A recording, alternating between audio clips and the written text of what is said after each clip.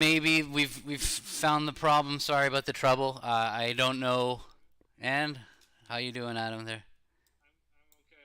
I'm okay. Let's see if anyone can hear me now. Did that work? One time. One time, baby. Any feedback here would be amazing. Can anybody hear me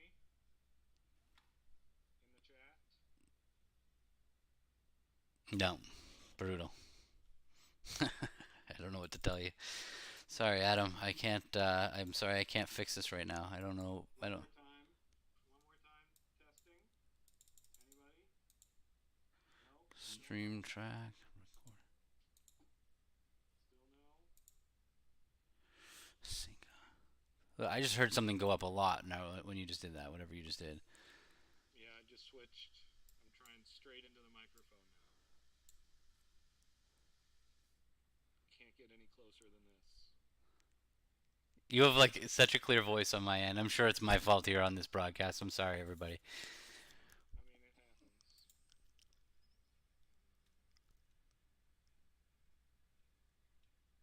Gav, I can try using the Streamlabs app. Yeah, give it a go. Let me know what that'll do. Well, we'll wait. We'll see when Greg is going to join us too. Maybe his volume will be better. If it's not, then I'll know I've got a problem on my end. Um, all right. Well, you can see that the Fleischer team is sitting down. Mexroth and Zia are north south, and Brad and Joe are east west. They're up by 25. I usually say that it's very rare that we see an upset in the round of 16 in this event. The depth of teams. Can I see in there? No. Sorry.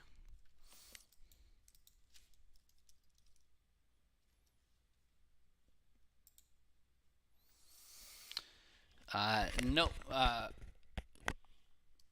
1 second. Sorry, I'm trying to help Adam. Luckily, the play hasn't started yet, so it's no big deal. But um,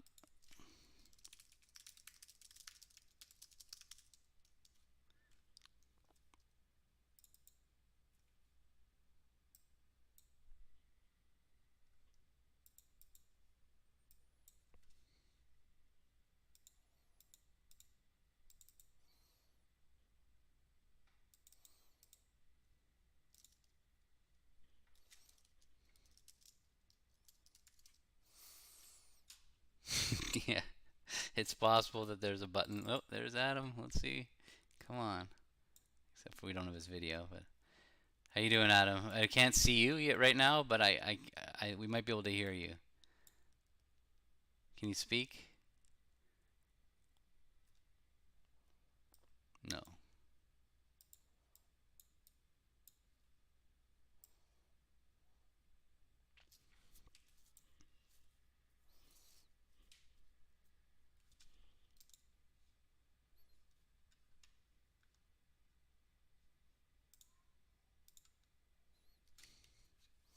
Well, the good news is, if we can actually solve this, it won't be a problem going forward. But right now, I'm just trying to help him.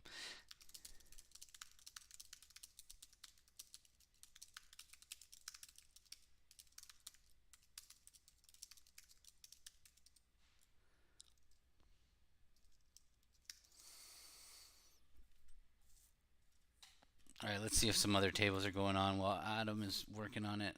This is a good match to watch. I mean, these guys are amazing. Watching Mextroth and Zia, they can't doesn't get much better than watching them. And Joe and Brad have their own special system that we kind of wanted to avoid the system just because we think it's a better broadcast if people can understand the bidding that people are watching. I think that there's a certain genre of bridge players who really, really like system and getting into the details of, oh, let's see how their relay helped.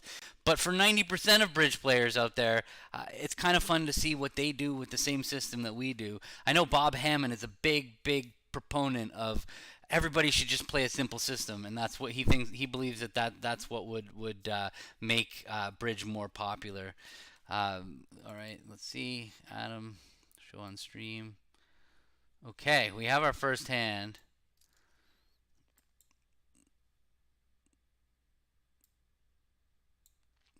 on the left-hand side of the screen. I'm pretty sure Zia and Mech are just playing natural. Um,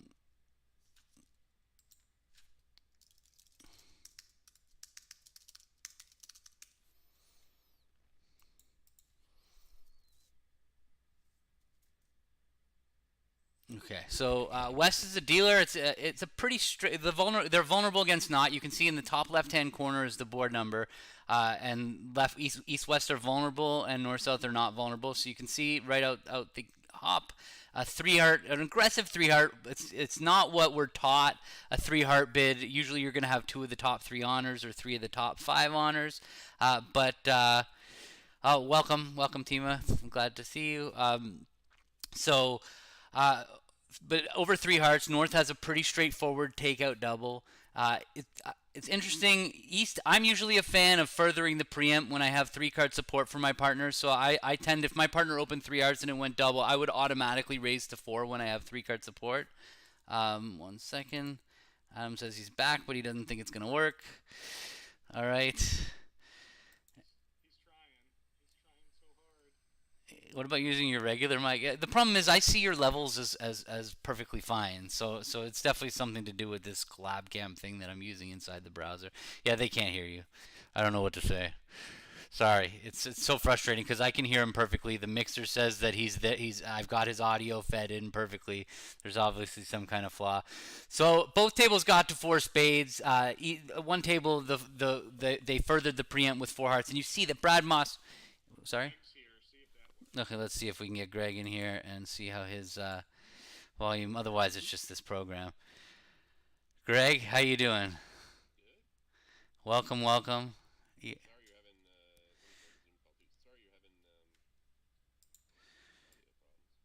We are.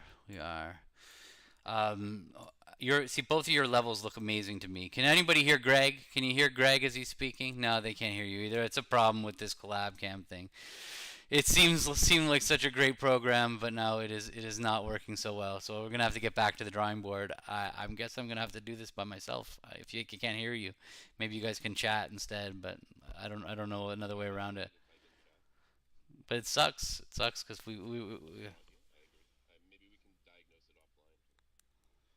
yeah, we'll have to do it. No.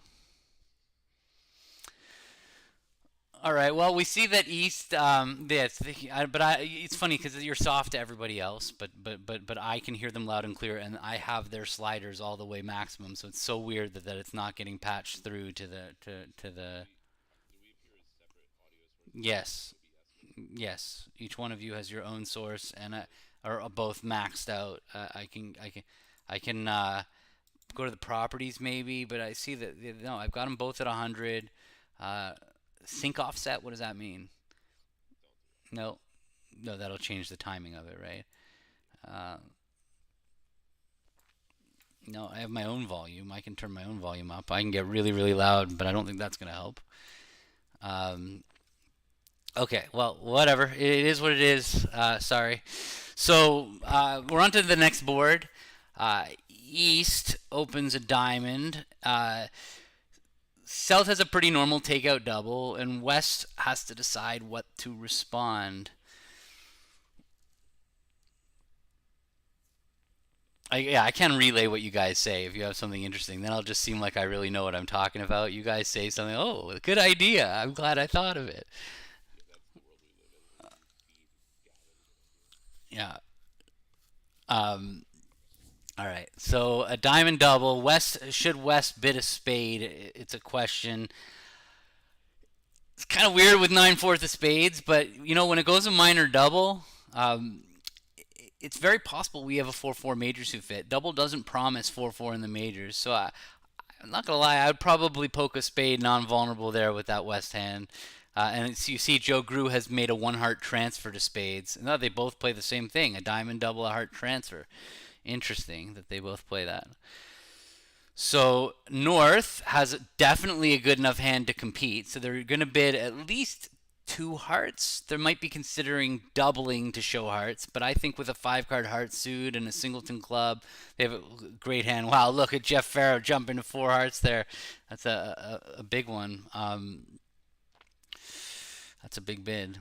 only 7 highs and a stiff, but it's gonna work out pretty well because partner kind of has the perfect hand on this hand. They have the ace of clubs only opposite your stiff. Ooh, and yeah, that lead's gonna I'm gonna move you up here because we don't have Adam anyway. So slide you up. That's gonna make it pretty simple. They are gonna get a spade ruff, but that's not gonna be enough. They're gonna get the ace of hearts, a spade ruff, and the ace of diamonds for making 4. So you see, Mexroth decided just to double 1 heart.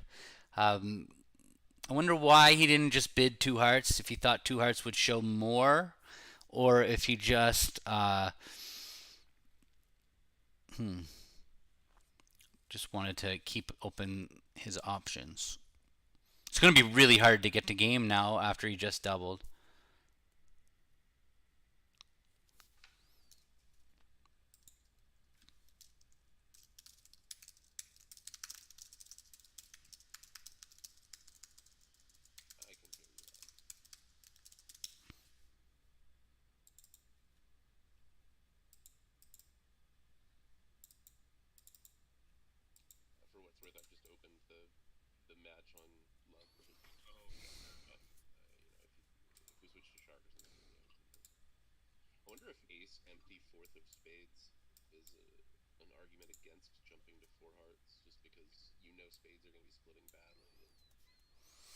Well, yeah, so Greg's just saying that he's thinking maybe ace fourth of spades is a bad holding, that it's a red flag, that because West has 4 spades and partner has spades and the spades are breaking badly, that there's a good chance you have many spade losers. I definitely don't disagree with you that's definitely a scary part of this of the North hand. So you see, Mech just doubled and went a natural 2 diamonds by East, and Zia competed to 2 hearts, of course, because he had 4 hearts with Mech. West competed to 3 diamonds, but now North just competed to 3 hearts, and I think that pretty reasonably they've settled down here in 3 hearts. Like I don't blame Zia for it's not a very good takeout double. Like you've already made a takeout double showing an opening hand, and you only have like the king of diamonds is worthless. Isn't worth any more than its singleton values. So you just have a normal takeout double. So when partner doesn't do something very positive over your double, it's hard to envision going a game with the south hand.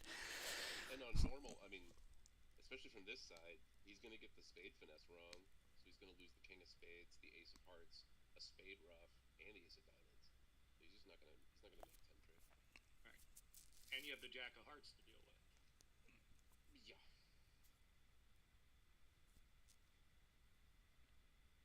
with. All right. So on the right hand side of the screen, they've had a 2/1 auction, and South used fast arrival, a pretty important concept when you're in a game forcing auction, and you know you're headed to 4 of a major. Going straight there is the weakest thing that you can do. So South opened their 11 count, which is definitely the modern way. I would definitely open that South hand, ace queen 9 8 7 of spades, and an 11 count. And then when partner bids 2 hearts, if we had bid 3 hearts with the South hand, that would be more encouraging than 4 hearts. Going straight to 4 hearts was like, partner, I have a disgusting overcall. Leave me alone. And that's how North, even though they have a nice 7-card suit, knew to, well, if partner's got a minimum, let's just hope we're making game. And so they stopped. And so it looks like they're going to be, with the queen third of hearts offside, they've already lost 1 trick. They have 2 diamond losers. It looks like they're going to go down. They might even take a spade finesse now, trying to make their contract. And that's going to go 2 down now. Because, yeah, he wanted to get rid of one of his 2 diamond losers. Too bad for him. That was his best shot to make the contract, and that's what happened. So I'm going to... Let me get this other thing going here.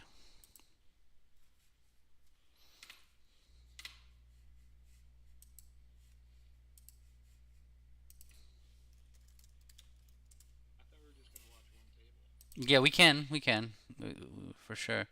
Sorry, Adam's suggesting we just jump to watch 1 table, and which I'm perfectly fine with. I think we should watch Zia and Mech. I think that's going to be a good table to watch. But let's focus on the 1 table.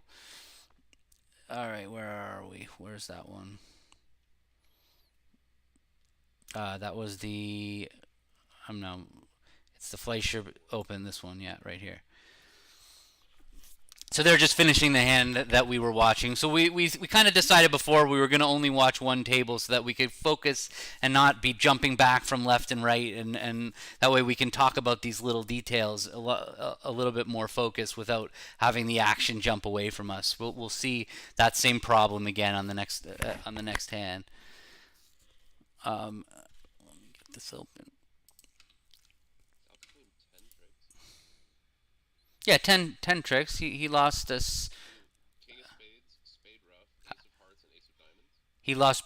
How did he lose the spade rough? Let's check that out. Did he? Did he not get a spade rough? Let me see. Let's see that. Can I get back to the? I mean, at imps you don't need to take. That was a different hand. But let's just check the result. Finesse is trick one. So it's this segment. You want to watch it again? So I was saying like he's not really gonna make 10 tricks, and then he did. He lost the spade finesse and went. Oh, they underled the diamond over. Oh no. Okay. To try to get a rough. Yeah, that's pretty reasonable. I don't blame her. That was not at all an unreasonable play. All right, sorry. We'll get back here. He's trying to beat 3. Sorry, I'm jumping around. Live scores. I'll get back to the table and stay there now. All right. So at this table, we see a 2-diamond opening bid. South overcalls 2 spades. Kind of questionable overcalling at the 2 level, but it's Zia for one thing. I'm not going to question Zia, but it's definitely an aggressive bid.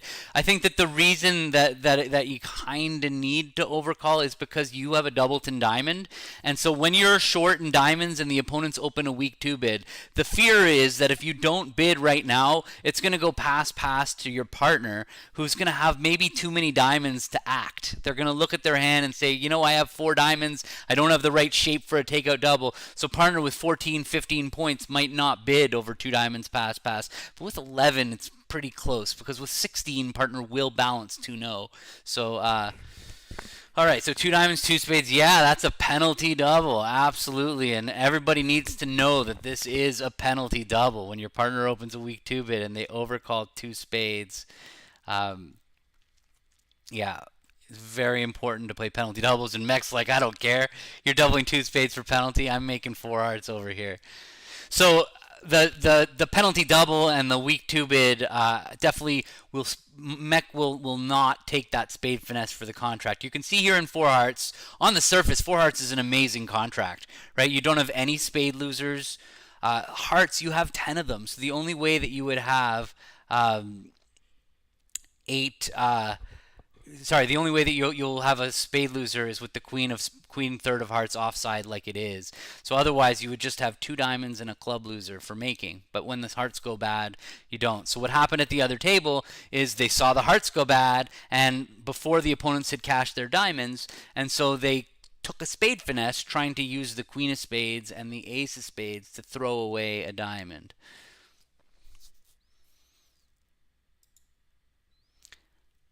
So Drew is looking at his hand saying, well, for a second I had spades locked up. I was licking my chops in 2 spades, but now they've jumped a game and I'm not really sure anymore because now he's got a diamond fit. It's really weird because now he's got a diamond fit and he's thinking like maybe we make something. And there you go. He pulled the 5 diamonds. He trusted the 4 heart bid because honestly, if my opponent heard my penalty double and was like, I don't care about your penalty double. I'm bidding 4 hearts vol against not anyways. I would trust him too. Like I'm not gonna lie. So coming back to him, he might think to himself, you know what? I think 5 diamonds might.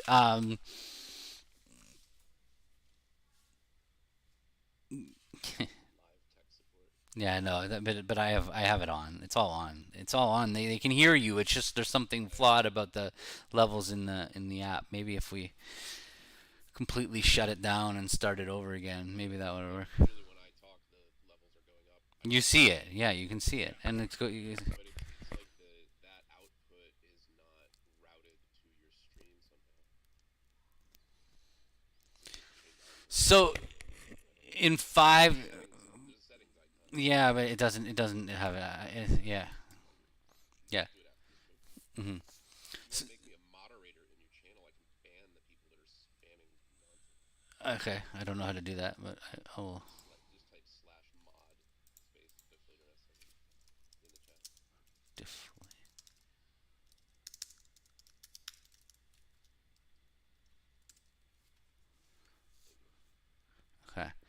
So in five diamonds, it's not actually like it's a pretty awkward contract because you got to rough your hearts with the good diamonds over there in west. You can see that you have the three hearts. Let's just shift and look at it from Declarer's perspective for a second. You're here and you're in five diamonds.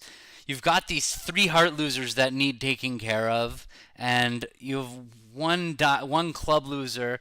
You do know that South, your left-hand opponent, Zia, has spades. So we do know that we can probably set up a spade trick or two by leading up towards the dummy, but not before the opponents are making us rough with the ace, queen, five, three of diamonds. We can rough now, and we're stuck in dummy. This is not going to be fun. So you rough it in dummy, and now you gotta find a way back to your hand. The only way back to your hand is by roughing clubs. So I think we're going to see Declare rough this and play ace of clubs in a club. I don't see another way way to handle this, and then hopefully eventually get back to their hand. This is going to be ugly. How many losers is Declare going to end up with? Well, they have a club loser for sure, and a spade loser for sure, and then they have at least two hearts. So four. It looks like they're probably going to go two down. Does that seem about right? Oh, and a spade rough. Right. Yes, exactly. And a spade rough. So maybe even three. It's funny. It just goes to show you that like only having a 9 card fit, but being at the 5 level, it's just so difficult on these hands. Like it's one thing to be at the 4 level where you're 1 or 2 down, but at the 5 level, you even if they're making 4 hearts, like if you're going for 500, there's not that much imp equity. 4 hearts is making 620. And 5 diamonds going down 3 is going to be 500. So like you're not gaining much when you're right with competing to the 5 level with only, unless he thought he could make it. Think about how much more comfortable this would be if this were a 5-4 diamond fit instead of a 6-3 diamond fit too. You have so many more options. Yeah, taking the roughs with the ace queen third of diamonds is not good. If partner had the jack of diamonds, though, that wouldn't be a problem. It's only because partner's diamonds were king empty sixth. But partner did open first seat white against red, and that is when we're going to be by far the most aggressive to preempt. I like the preempt with her hand. I like getting in the opponent's face. You're not just going to sit here and let Zia and Jeff Mextroth have free reign on their auction. You're going to get in their face and open your 2 diamonds. This did not work out so well for her. But, on most days, 4 hearts is making, right? Like this, it's a little unlucky here. It's unlucky. It's definitely unlucky that you caught the queen of hearts in partner's hand. Of all things to catch in partner's hand, you found a heart trump trick. It's not that weird though that they had a heart trump trick because you have none. But it's still bad luck for sure in that sense that they're not making 4. So far we've lost 2 tricks. They're about to find this spade rough. It looks like. Yeah. Chance for a wish trick and didn't do it. Trying to talk Zia out of giving Mac a rough. So is that it?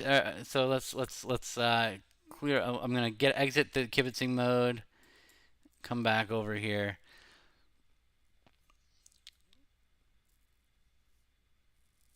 Yeah, I mean you can get it done now. He roughs this, cashes a diamond. Can you just use the king of spades now? They can draw 1 round of trump with the ace of diamonds, and then the king of spades will just cash is to throw the loser. So it will be only 1 down.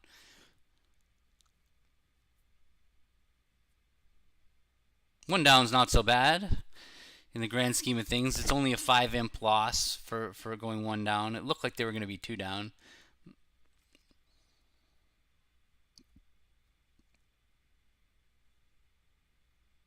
No, I guess it was always 1 down because you could afford to rough 2 hearts with the little diamond and the queen of diamonds. So you're always going to end up with 1 heart loser, 1 club loser, 1 spade. But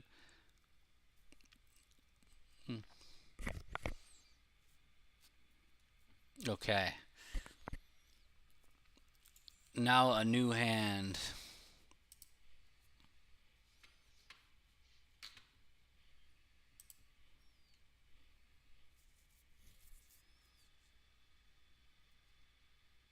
So if you're watching this on Facebook or if you're watching this on YouTube, I'm sorry, I can't see your comments right now. I'm only interacting with the people who are on the Twitch stream. We are only interacting with them. It's twitch.tv/WolpertBridge. Twitch.tv/WolpertBridge if you want to get involved in the conversations and ask questions. through chat.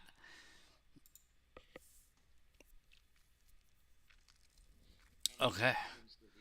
He didn't open. Second seed, Vol against Not. It's an interesting hand. That's a hard hand. I have to say that I think I would open that hand one diamond. It's only an 8 count, but I really like the hand, and I think that the chances are partner's going to respond to heart, and I'm going to be able to bid one spade. So I would open a diamond, and if it does happen to go a diamond pass and partner bids one no trump, I don't really mind with this hand just rebidding 2 diamonds and being done with it. So it would be very different if we had 6 hearts and 5 spades. It would be a lot more difficult. I agree with you, Adam, for sure that I would not be bidding. I would not be opening a heart with the same hand. I would probably pass and try to bid Michaels later if I had both majors like that. Um, they're definitely random hands, no question. That there's nobody ever gets. My past hand here, 3 hearts, preempted. Is that what they're playing it as? Let's check the alert. It could be mixed. It's pretty close to a mixed raise. No, they play it as weak. Yeah. Because of Drury. Remember, people can't hear me. Yeah, right. Because of Drury. Yeah, sorry. I have to repeat everything that they say. I forget. So yeah, so what Adam just said was that 3 hearts needs to be weak, or 3 hearts becomes weak as a passed hand because we can bid Drury with all of our limit raises, or even make good constructive raises. We can use Drury. Okay, so North, even knowing partner's weak, it still kicks it into game. And actually, on this hand, let's see. Let's jump into Mextroth's chair and follow there. We're gonna kibitz him. So, oh, we got to get the lead first, but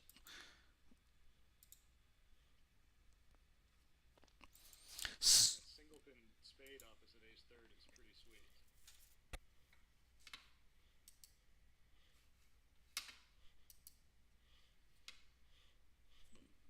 okay. So from Mextroth's perspective here, he has again the same 10 card heart fit that usually is not going to produce a loser. Usually the ace king of hearts is going to draw both trumps quickly and be done. You have no spade losers because you can trump your 2 spade losers. They're taking this diamond off the bat. The only thing is if they can avoid 3 club losers, which should be okay on a normal day of the week, but I think if I remember right from looking at the whole hand, the clubs are actually breaking really badly, so he's actually going to go down quickly. By go 10 of clubs. He now sees this 10 of clubs. He thinks, what's going on here? And he went up with the king. Interesting. Because he didn't think that they would ever shift to a club from the queen 10. That is why he did that. Or at least not quickly. That they won the queen of diamonds and they quickly shifted to the 10 of clubs. I guess he was thinking that they wouldn't do that right away with the queen.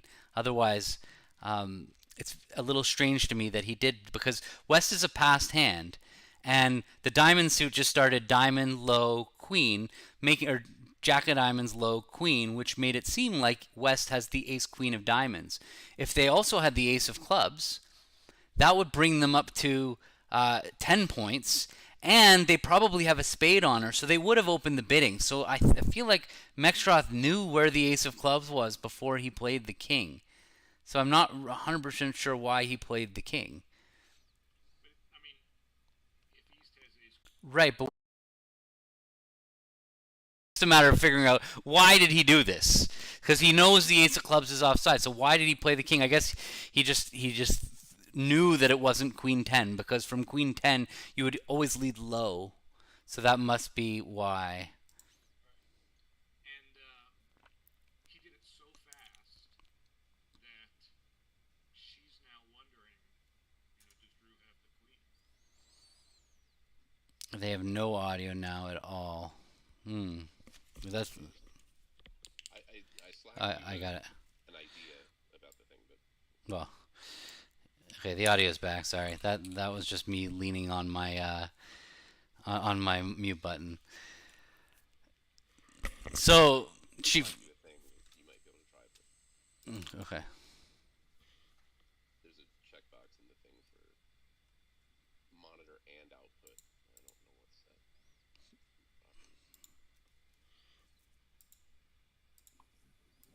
Okay. That was for collab cam.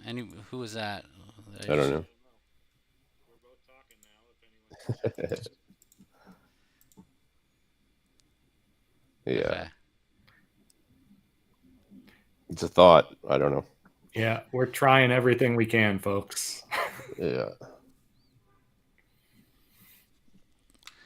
It's funny. We did a whole test run. We Of did. this. Oh, your audio's down now too, Gavin. Really? Because I feel like I see my levels going just fine there. So I don't know. Oh, okay. It was just somebody. Yeah, Twitch derped for a second. I don't know. All right. Well, this hand got over quickly because they went club, rough, and so East West got 4 tricks. So now Mextrov's just making sure he doesn't go 2 down. Oh, they can hear me now, but not you. What? Oh no. What about me? Me, anybody? One No. time? I think I'm just in charge of the stream now. Ah. Well, that's the last thing everyone wants is just to hear Greg. Yeah, no, that's a disaster. Yeah, I wonder. Gosh, hopefully that checkbox doesn't mean like exclusively broadcast it. Like that would be wild. Now no sound from anyone. Can anybody hear me? Kelly can hear Adam. Your audio is working on YouTube, but not Twitch. What in the world is? Oh man. Like you would expect 3 bridge players to have all sorts of problems with this, but not the 3 of us. If it's working on YouTube but not on Twitch, you might need to just reset your Twitch player, like reload the Twitch page or something like that, because Twitch did go black for a second and then came back, and it can sometimes come back in a bad state. So If someone can hear us now. Yeah, everyone's kind of reporting different stuff. Who knows? The good news is we've got board 20. They said don't touch it. Well, but I have an issue because I can hear myself in my headset. I need to change myself, and hopefully I don't mute myself. We can hear audio on Twitch, but it's gurgly. Gurgly. I've never been described as gurgly before. We can hear all 3 perfectly. How about now? Can you still hear me? Yay. Some people can hear us, which is better than before, I suppose. You sound like you're okay. All right, I think we're in business, boys. All right. Whew. Greg solved it, maybe. Gavin solved it. I had nothing to do with it. I know that. I don't know. Okay. All right. Yay. We got to stop watching Mextroth because he's clearly the most boring hand at the table right here. So yes. let's unkibitz and kibitzing, and let's do it. So the result in the other room on this hand was East-West bidding and making 6 hearts, making an over trick. And looking at the East-West cards, how are they doing? So it went 1 heart normal from West, 1 spade by East, 2 clubs, 2 diamonds, 4th suit forcing. Yeah, I don't love the 1 spade response. Right? I mean, 2 clubs. Yeah, it's hard. When you bid a spade over a heart, it's often very, very difficult to set a game force later in the auction. It ended up working out okay for East because it went a spade and partner bid 2 clubs, so you were able to clubs. So you could bid 2 diamonds to set the game force, but it had partner rebid 2 diamonds, which actually looks like it's the most likely response with the East hand. Then it's going to be hard because 4th suit is now 3 clubs instead of at the 2 level, and now it's just going to get impossible to set hearts as trump. But it worked out okay.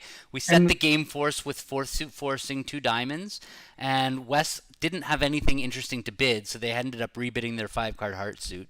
East raised to 3 hearts, which set hearts as trump, and now we are in a control bidding auction. So West, I'm not sure what 3 spades meant by West. Let's mouse over it and see what it said. It was not alerted, non-serious. So 3 spades said, I'm only interested in slam if you're interested in slam. And partner East has a nice 16-point hand, and so she pursued it by bidding 4 clubs. Yeah.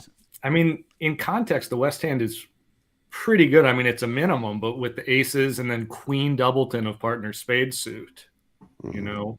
But the non-serious slam try does say I have something, just not, you know, huge extras. Yeah, interesting that it went 4 clubs and they signed off in 4 hearts.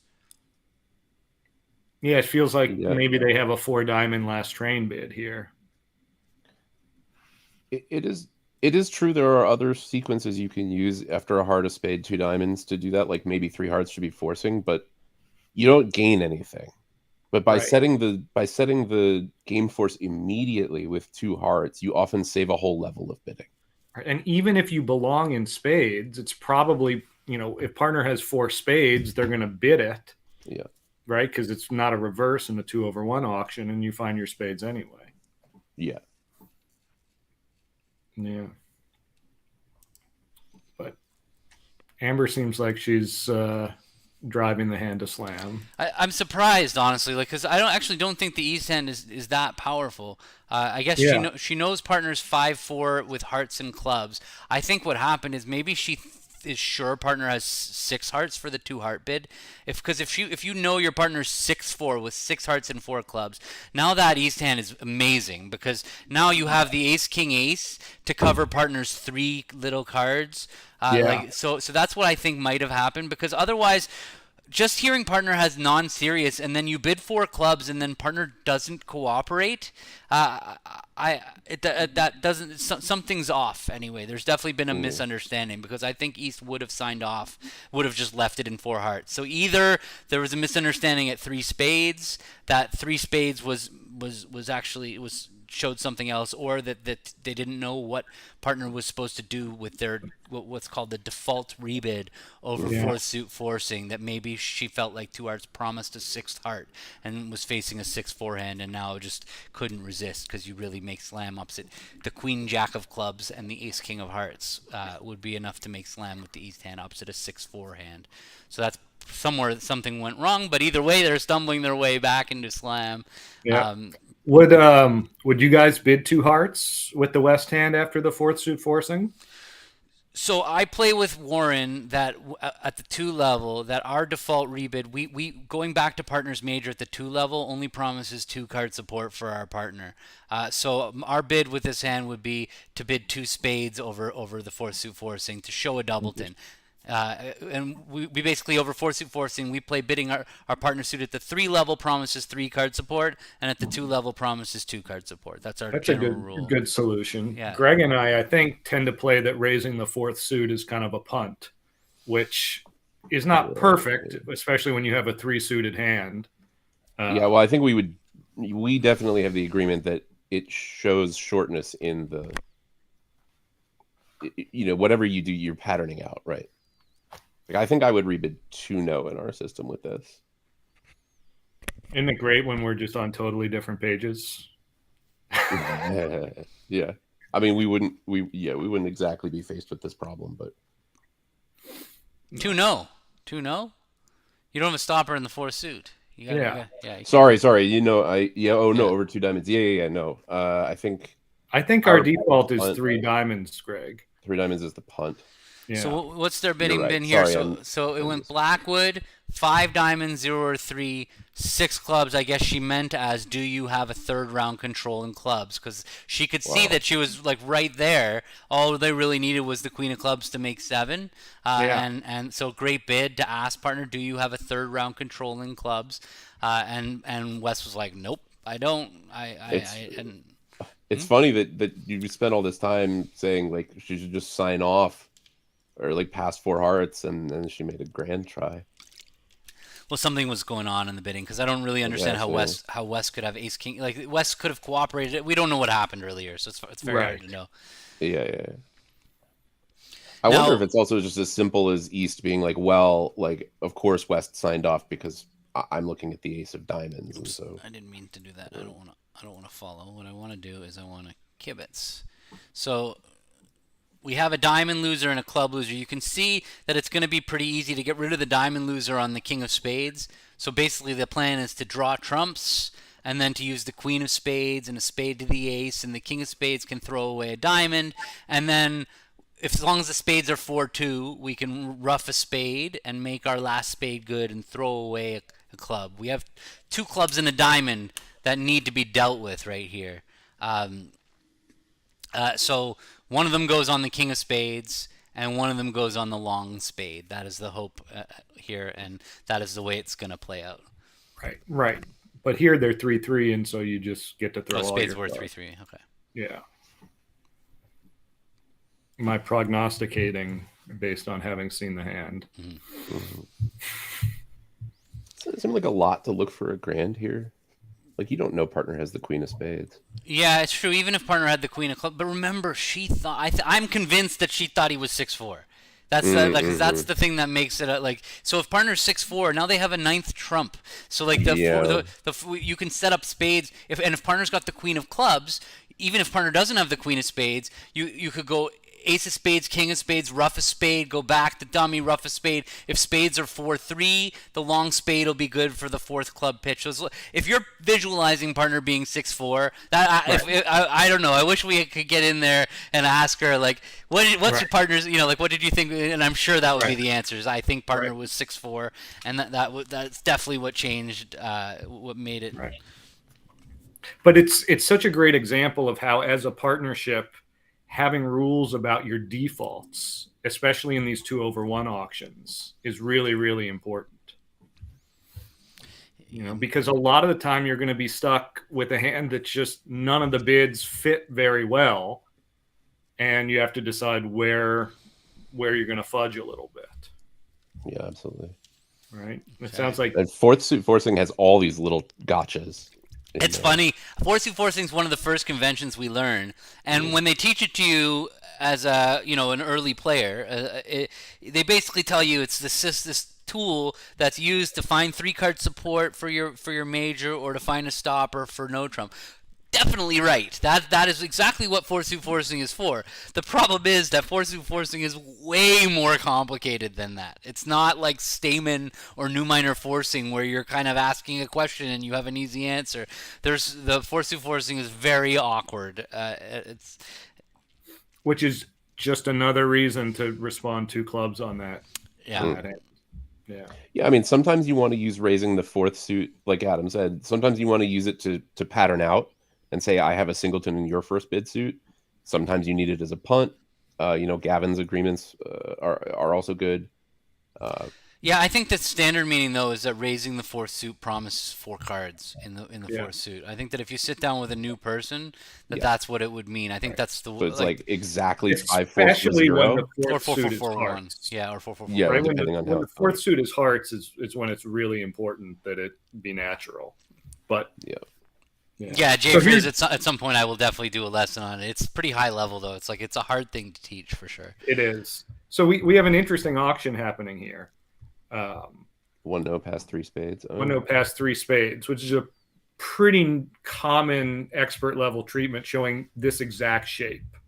1 spade, 3 hearts, and 5-4 in the minors. Interesting with the singleton honor in spades, though. Yeah, it's dangerous to do it with a singleton honor, and look what happened. This isn't. You see that's not the danger. There's nothing dangerous happened except for the fact that we did have potentially 2 spade stoppers, and now we're playing in a 4-3 heart fit. Right. So that's the problem with having singleton queen. But it turns out that you might not have 2 spade stoppers. You do because of the 8 of spades, but you might not have. Right. So the advantage of being able to show the shortness is to make sure that you have sufficient stoppers in no trump. Because if you don't have this agreement and you have this hand, this West hand, you're just going to respond 3 no trump and hope, right? Maybe puppet Stamen if you have that available. So this is one. It's a very uncommon shape to hold, but it's so awkward that most expert partnerships have some bid like this to show it. Yeah, honestly, any singleton is a really scary thing. Because the thing about having a singleton when your partner's open 1 no is if partner's got nothing in that singleton, on the one hand, you're not going to make 3 no trump because you're off that. Slam.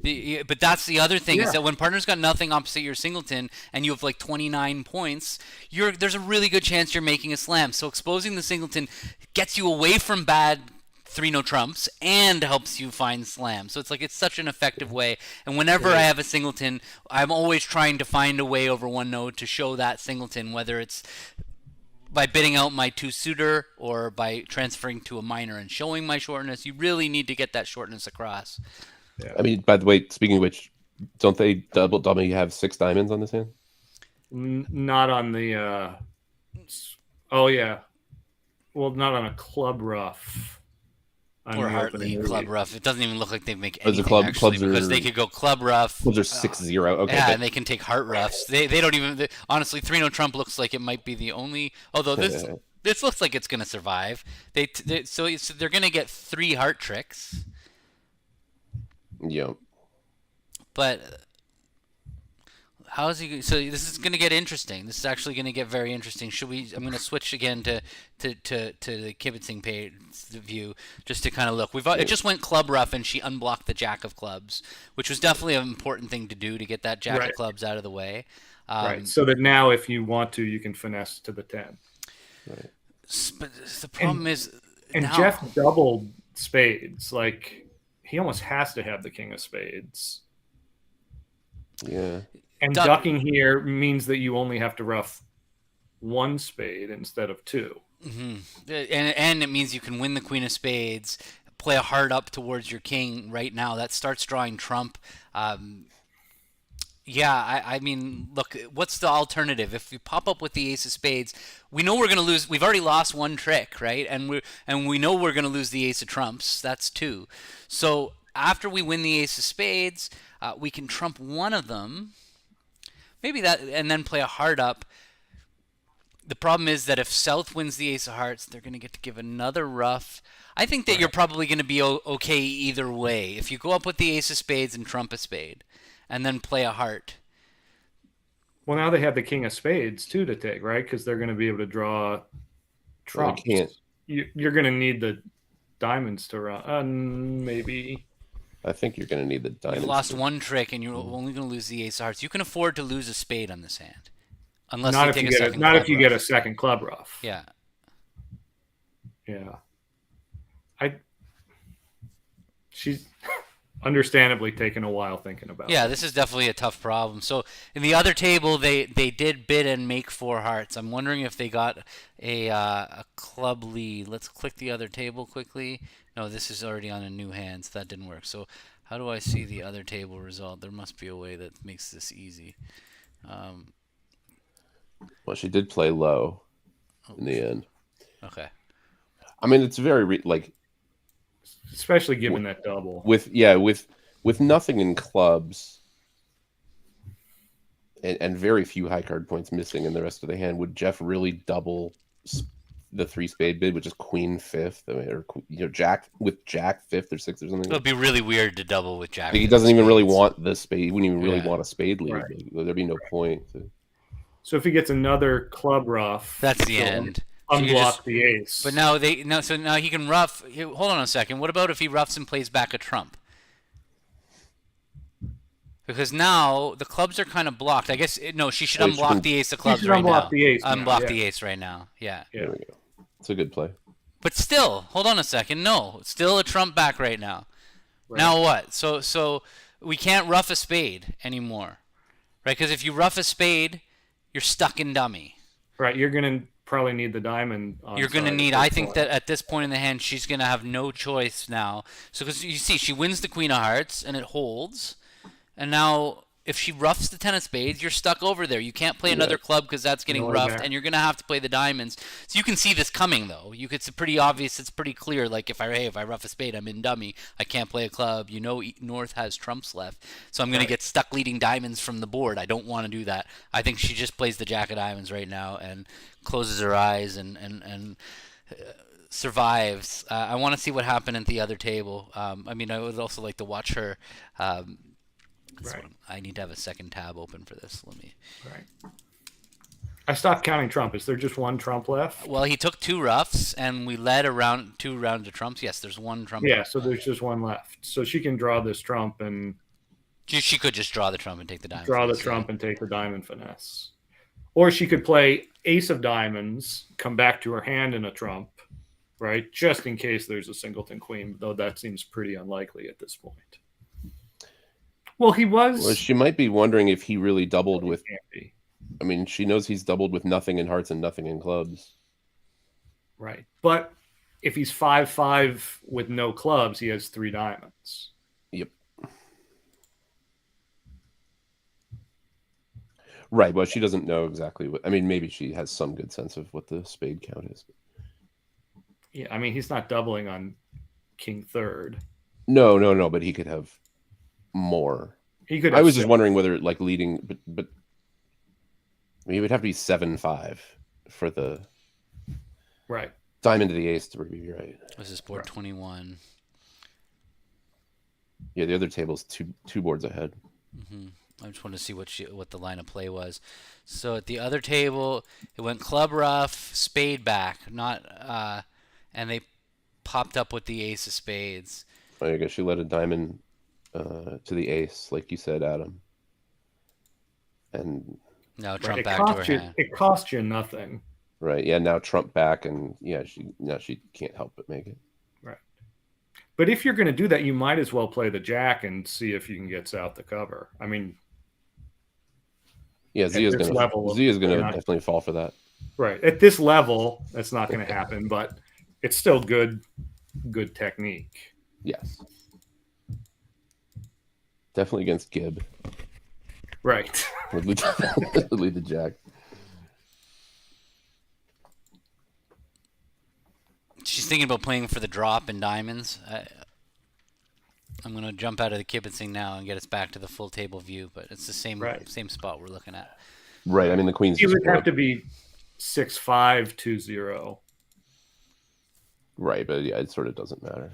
Right, but if he's 3, like the queen's going to show up, so the hand's over. Well done.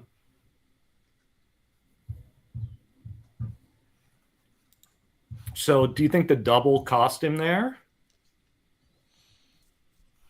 I mean, it seems normal. No, honestly, the other table didn't. They popped ace of spades, and they ended up because you ended up just needing the diamond finesse anyway. So it didn't end up costing it. Yeah.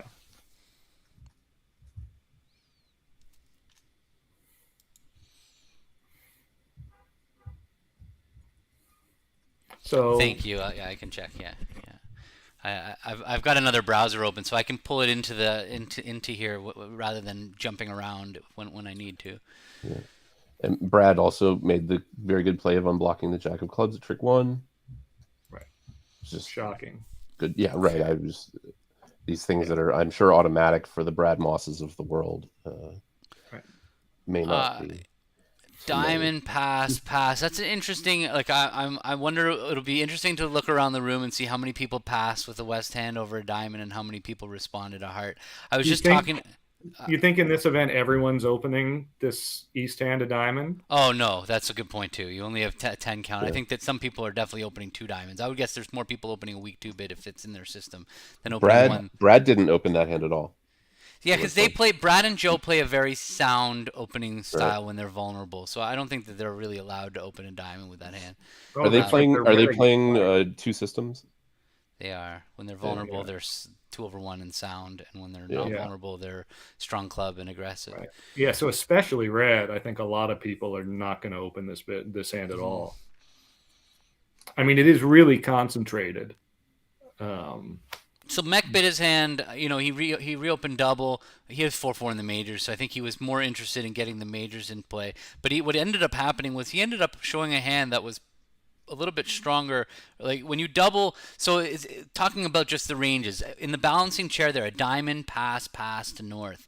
If north has no, one no trump in the balancing chair is a lot weaker than a normal one no trump opening. So one diamond pass, one no would just show some kind of balance minimum up to about 15, maybe 16 points. So when you double and bid no trumps, it shows a little bit stronger than that, like 17, 18, 19 in there. So he did that he didn't double and bid no trumps though with his hand. He just had a normal takeout double because he had short diamonds. But when it went double past one no is constructive, as you saw. Zia had 11 points, and one no showed a decent hand, and so Mextroth invited him to game, and he's like, okay, yeah, I accept. Yeah. I have 11. Yeah, usually in response to a takeout double, 1-0 shows something, 8 to 10 or 11 ish. So let's see. Zia's playing 1-0. I mean, do you think if Zia had responded like one of a major, do you think North would have raised? I think so. Like a diamond double pass, double pass, one of a major. Yeah, I would bid 2 hearts with that hand. Yeah. A nice prime 16 count plus the doubleton diamond. It's worth another point there. So 17. I think that's worth it. Because I think after a diamond pass, double pass, one of a major, I don't think you jump to 2 of a major there as aggressively as you would over a normal takeout double, because you give partner a little leeway for when they balance. Yeah. You're not going to punish them for balancing. So. Yeah. So let's see. What are we thinking about in 3-0 trump here? We've got 3 top spade tricks. He's got 2 problems.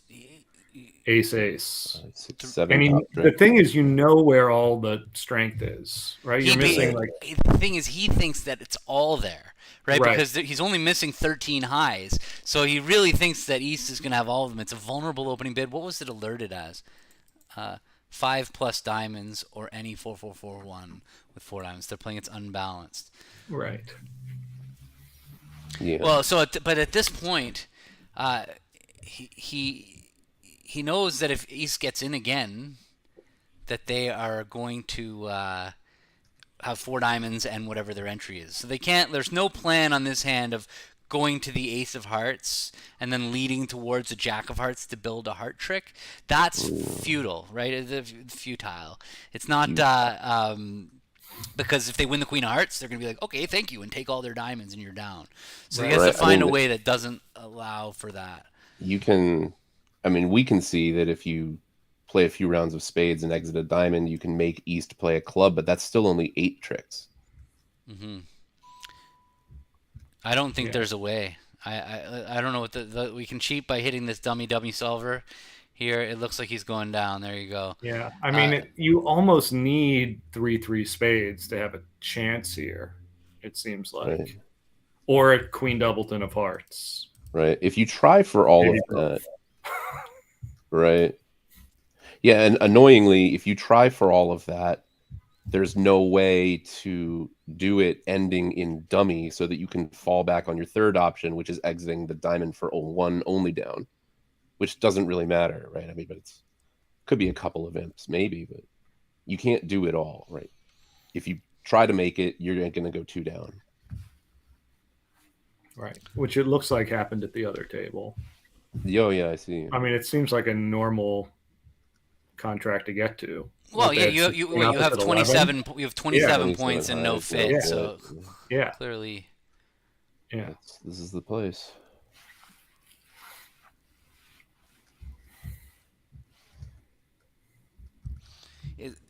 I guess their best hope is that the Queen of Hearts is dropping doubleton, right? That would be the most straightforward way to get to an 8th trick.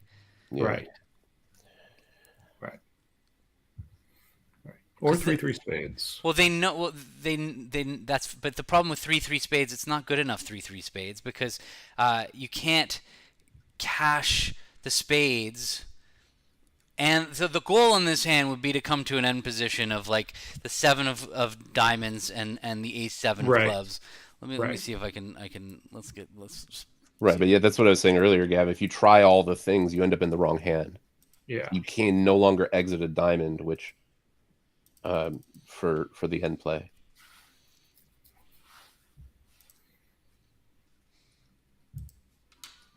Well, if you take the ace king of hearts first and then 3 spades ending in your hand, right? You block the spade suit, but East is still down to diamonds and clubs. Right, but now how do you get to the dummy to lead the 7 of diamonds? You're in your hand. I said ace king and queen of spades. Right. But now you can't. Oh, I see. So you would use East as a stepping stone to get back to the last spade. Okay, yeah. That's gonna, yeah, sure. And there's like almost nothing else to try, right? Yeah. Yeah, I mean, it seems like how did ace they go king of hearts and hoping for queen doubleton is the way to start. Yes. How did they go 2 down? Let's see. Diamond duct. Oh, someone just mentioned your interview on the setting trick rig, which was really good. Oh, thank you. Yeah, it got split into 2 parts. Like there was Yeah. a half that was missing for a little while, but Right. It it's just all like ended abruptly, the first one. right. It's all Like, been there must be more.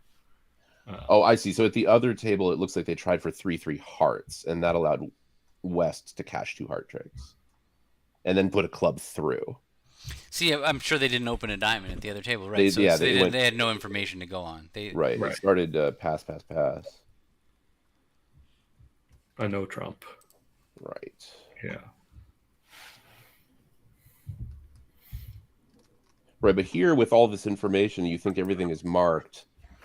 Right, you try ace king of hearts, 3 rounds of spades blocking the suit, and then exit a diamond, and East is forced to give you an entry back to the 13th spade. So if but they won't. They can't. I see what you're saying. If the queen of hearts drops, you'll eventually get the right because they right. That's what you're hoping for, is that the queen of hearts drops, and then you end up losing just 4 diamond tricks. So if you try this and it doesn't work out, you still should end up going down 1, because the end play still works, because it turns out East is 2-2 in the majors. You're not going to make the hand, but see, like here, yeah, see this here, like I don't know what. Interesting.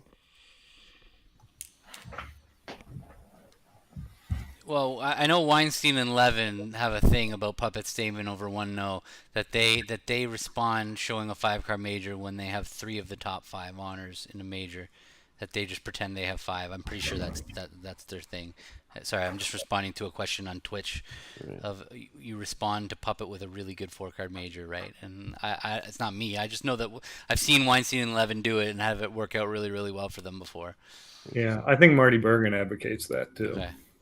It looks like, by the way, what's going on here is that they played the spades first, because if the queen of hearts is coming down as you need it to, then you'll be able to use the jack of hearts to get back to your hand to lead the diamond.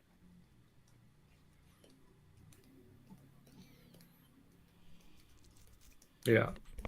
I think that if you try the hearts first, you give yourself the little extra vig of, well, when nothing's working, I still have a shot to go 1 only down instead of 2.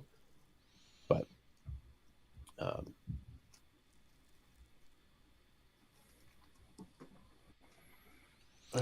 You're saying he at this point, could he still make it if East had queen 3rd of hearts? If he, like, let's say he just exits a diamond right now, throws a spade from dummy, no, throws a heart from dummy, no, right? You can't. They only have 4 tricks in, right? And the ace of clubs is 5, and the ace king of hearts is 7. He needs to get right. No, he would exit a club, which would give him a club trick, but he's still going to get the queen of hearts in the end. It seems like his only play right now is to play ace king of hearts, hope the queen is doubleton, yeah, and then exit the diamond. But he doesn't have a way back to his hand now. He's going 2 down for sure. That's why we were suggesting starting with ace king of hearts first, so that when you play the spades this way, you could then exit a diamond and use East as a stepping stone to get back to the 13th spade. But that's then it's just a difference between 1 and 2 down when it doesn't work. When everything's working, it doesn't matter what order you play them in. When it's not working, you go down 1 fewer. So it's sometimes, like on this layout, you go down 1 fewer. Oh, so answering the question here, yeah, this is the United States Bridge Championships, which is the event that selects the team to represent the United States, along with Gavin's team, which already qualified, in the Bermuda Bowl in Marrakesh later this year. This is the first round, and it'll be going on all week. And there'll be great commenters all week. I know the 3 of us will be back on Sunday. This is the first round of the knockout phase, right?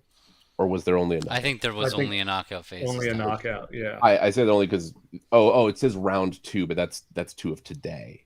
Right. Got it, This is the okay. second set of this. So they got exactly 16. Oh no, but somebody must have had a bye. 2 buys. They had 14 buys. teams, it seems. 14 teams. Oh right, because the Grossack team got a bye. Who was the other bye?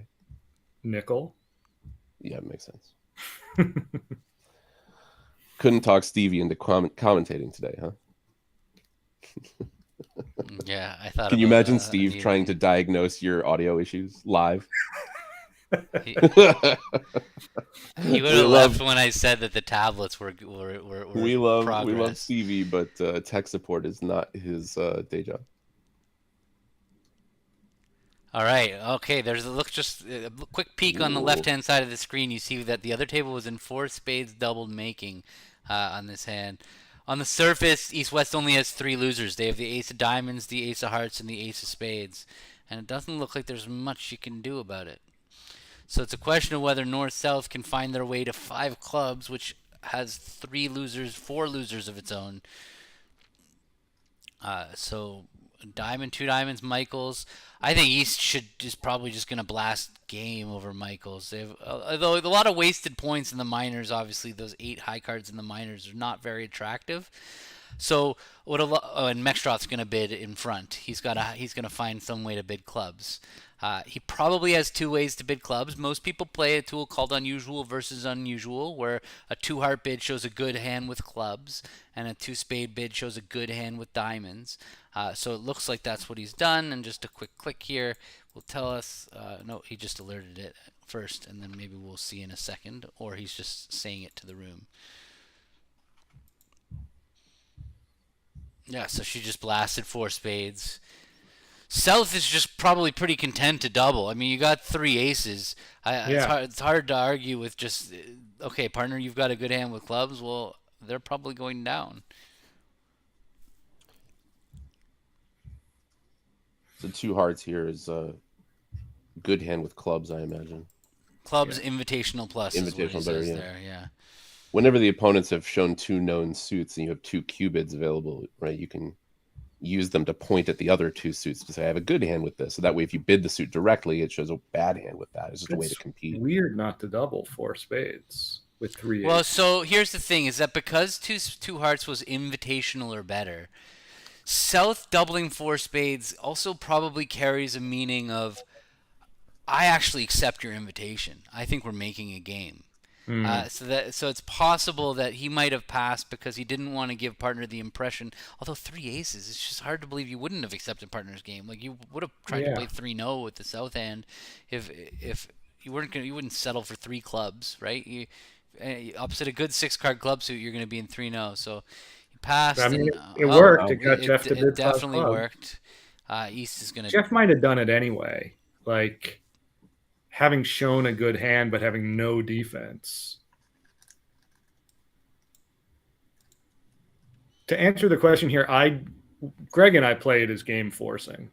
I think it's just kind of standard to play that when you show the 4th suit, it's game forcing. Because you're bidding a new suit at the 3 level. If you bid 3 clubs, like that's got to show like an invitational hand. Mm-hmm. Yeah, you're not doing that on nonsense. Yeah. So raising partner with the Q bid is invitational or better, because now you know you have a fit. That's the difference. Right. When you're bidding clubs here, you might not have a fit, and so you just need a little more strength to be safe. Gavin, I wasn't here for the first half hour, and you were explaining the mechanics of all this. They're alerting their own bids, right? Yeah, so I'll just open the picture again. So basically, they're sitting opposite each other, and so on your tablet or on your computer that you're playing, you're typing in your bid, and there's an alert button, and you often the best practice is you hit alert, and then while you're alerting, you kind of verbally say to your screen mate what the bid is. Or like what the alert is, but then you also type it into the machine afterwards, trying to be as efficient with time as possible. But it's the person making the bid that's alerting their own bid, and the person can see it on the other side, just like on bridge base when you're playing, like when you alert your own bids and the opponents can see it. So you are self-alerting for sure. But what's good about it is when you really need information, you've got a person in the room that you can talk to, that can get and because the other people can't hear you when you're asking them, you can really get an elaborate explanation for so the explanations are way better in this format, even though what you see on the Lovebridge tablets are kind of like it's not he just typed clubs in plus, but when you get to like the details of all the like the small agreements and what's the word when you have like Inferences. Yeah, inferences. Thank you was the word I was. Yeah, implications. So it should be north and east in one room and south and west in the other room, right? Yeah, Greg and I haven't played in this event since they switched to this electronic profile. Do they have cameras and microphones in the room? No, there's no connection between the two rooms at all. Right. I was just thinking, if you end up explaining things verbally, if they have any record of it. Oh no, yeah, they should probably have a camera in the room recording it. If there's ever a dispute, it would make sense if there was a camera in the room. I'm glad they don't broadcast the camera in the room. I will say, because it's really nice to be able to just talk to the person you're with and not feel like they're like the whole world is listening. It's actually one of the most social experiences. It's the best social experience I've had playing bridge is being in a room with one other person where you can talk freely, and it's a totally different, unique experience that most people won't really ever get to experience because it's only for something that's this serious that you would ever isolate people to a room. Seems kind of insane it doesn't scale very well to a large scale bridge tournament. But they're talking about doing this for the Spingold or the Soloway later this year, but it wouldn't be two people in a room. It would be like a bunch of north and east, which sucks because that's what makes it special. The two people into a room is just what makes this amazing. Maybe for the semifinals and finals, obviously the finals, right? Maybe even the quarterfinals, but it's just a matter of having enough little rooms, right? And at like a Marriott ballroom, they just.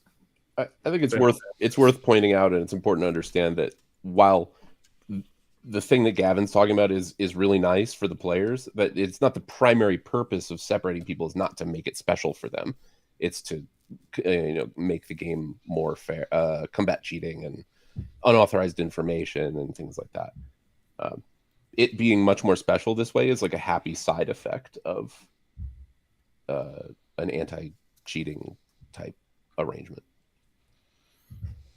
So it's true that a whole room full of norths and easts and another room full of souths and west is certainly not as excellent an experience for the players. But it's also not as significant secure. It's not as secure. You can hear anything that anybody says in the room. You could absolutely.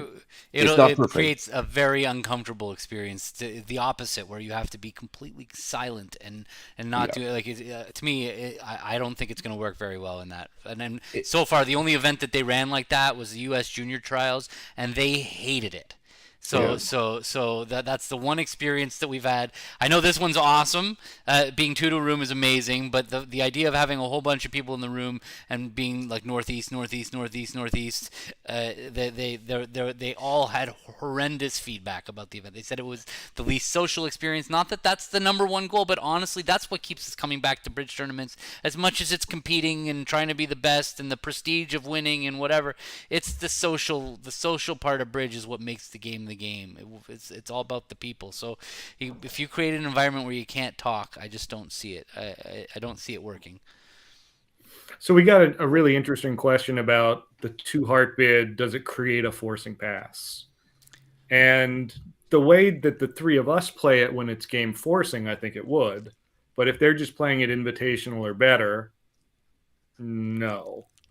For what that's definitely what Adam said is definitely true. Like if you're in a game force, it's often a forcing pass, and if you're not in a game force, then it's definitely not a forcing pass. What forcing pass means for the people who are listening are like, what are you talking about forcing pass? Forcing pass just means like if we belong in game, my partner and I are supposed to make a game. We know we're probably entitled to 600 on a hand.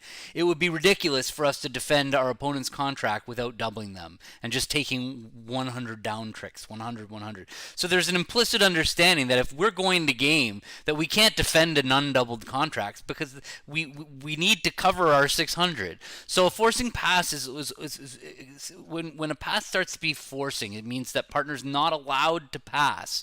That's when both partners are sure that we can't defend this contract undoubled. When you've just invited game, like this, when two hearts just showed an invitational hand, why should we have to double them? That can't be a forcing. We can't have to double them.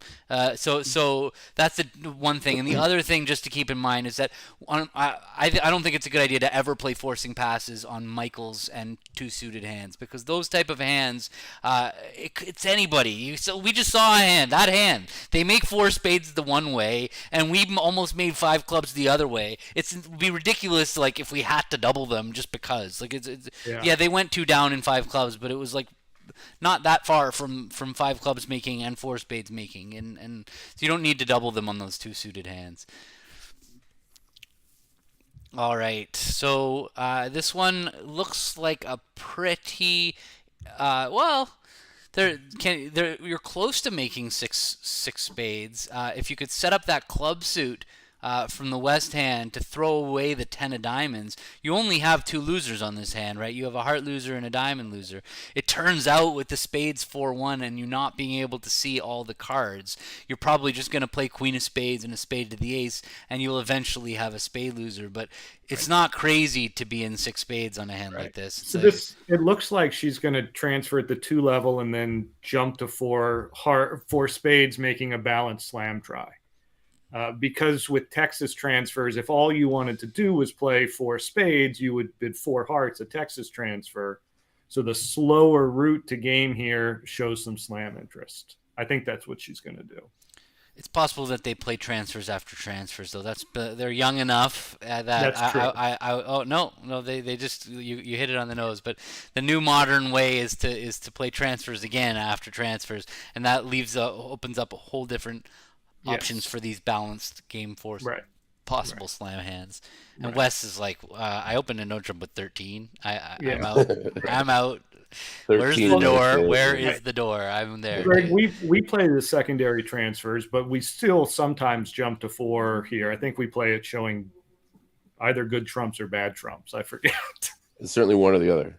One or the other. It's in the notes somewhere. It's in the notes.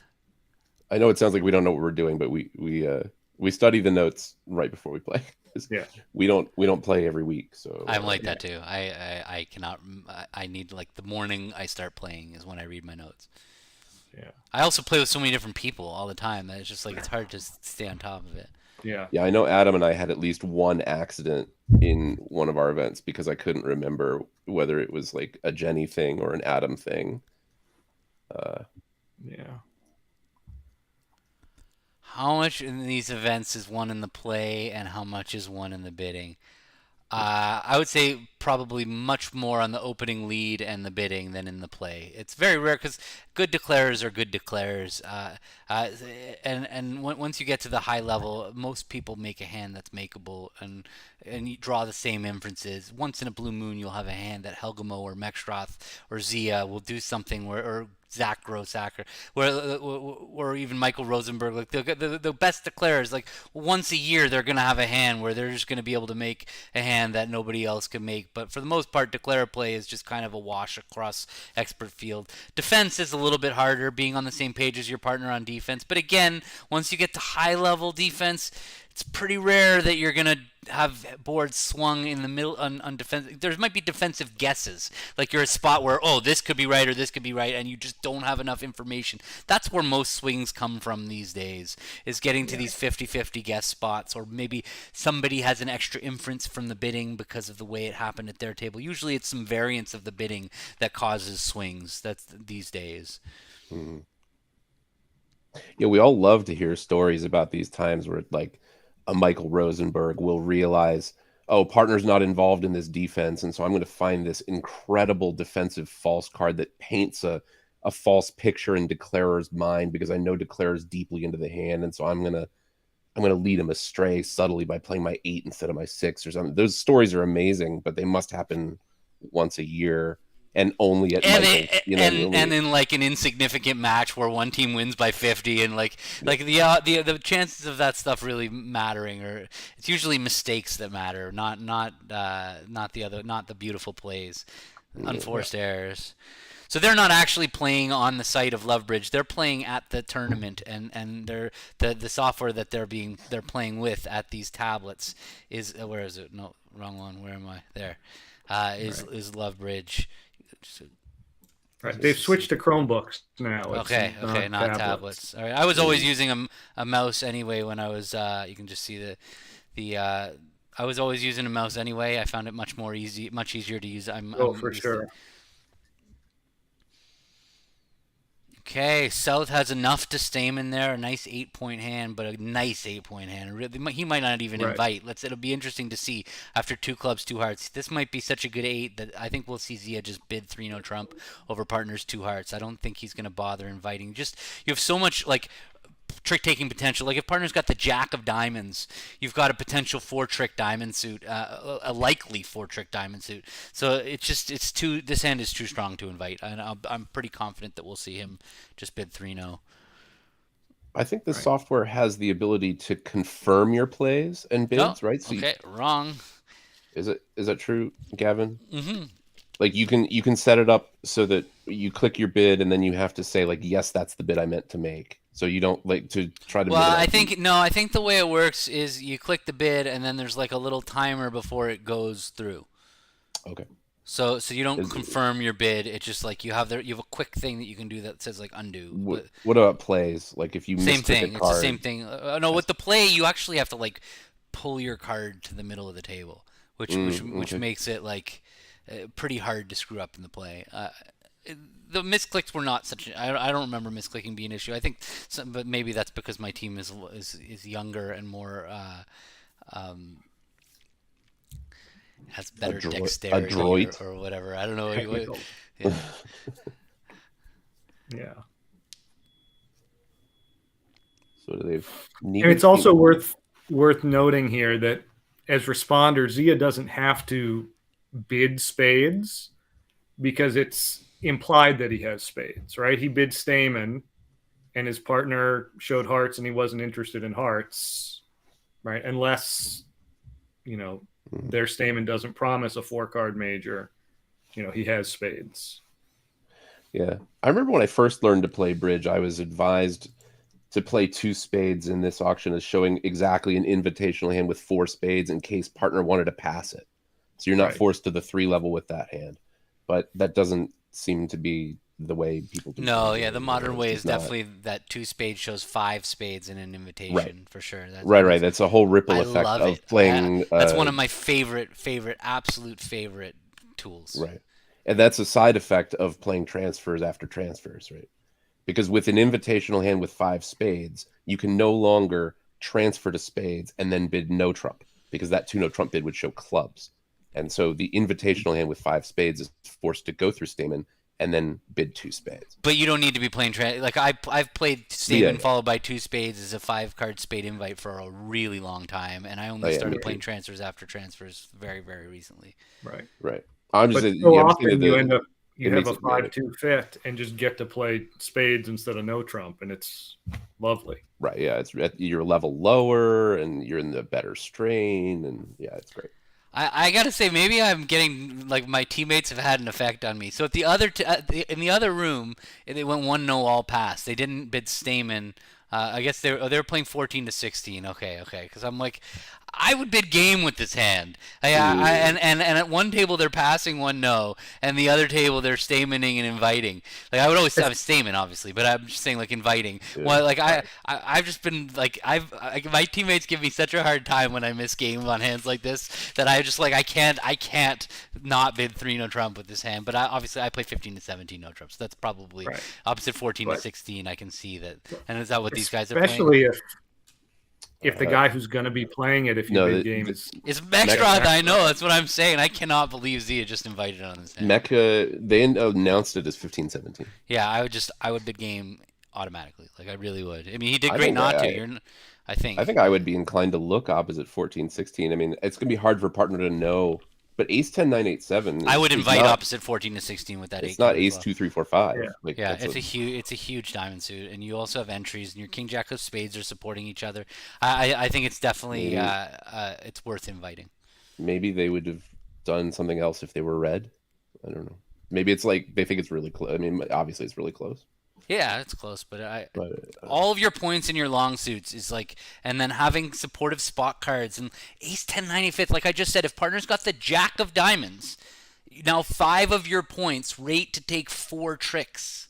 Like that's you're gonna make lots of 24-point games when that happens, right? It's not usually you're shooting for 25 points per game because 25 points gives you roughly 9 tricks and no trump, like 25 high card points roughly. Usually with 25, you need to take some kind of long trick.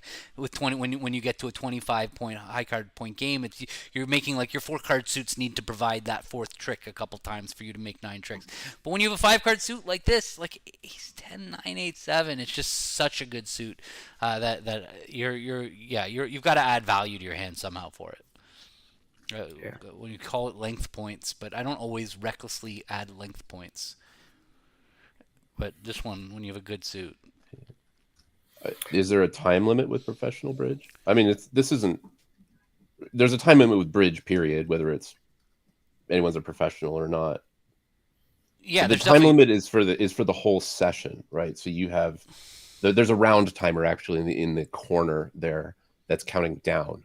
You see, so they have 49 minutes left to get to board 30. So they've got this board and 5 more boards to go to finish in 49 minutes. And there are consequences for failing to do that.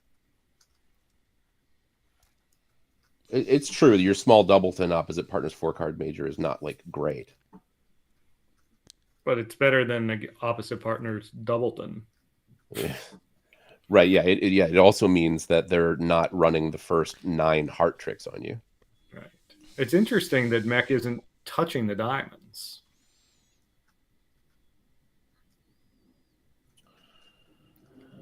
Yeah. Isn't the jack of spades his entry to the long diamond? Maybe he just doesn't need them and he's playing safe. I don't know. Yeah, he already played a heart to the 10, so he just knows he's going to take 3 hard tricks. So I see. At this point, he's going to get a little squeezed here. Is he home free? East West only have 1 trick in, right?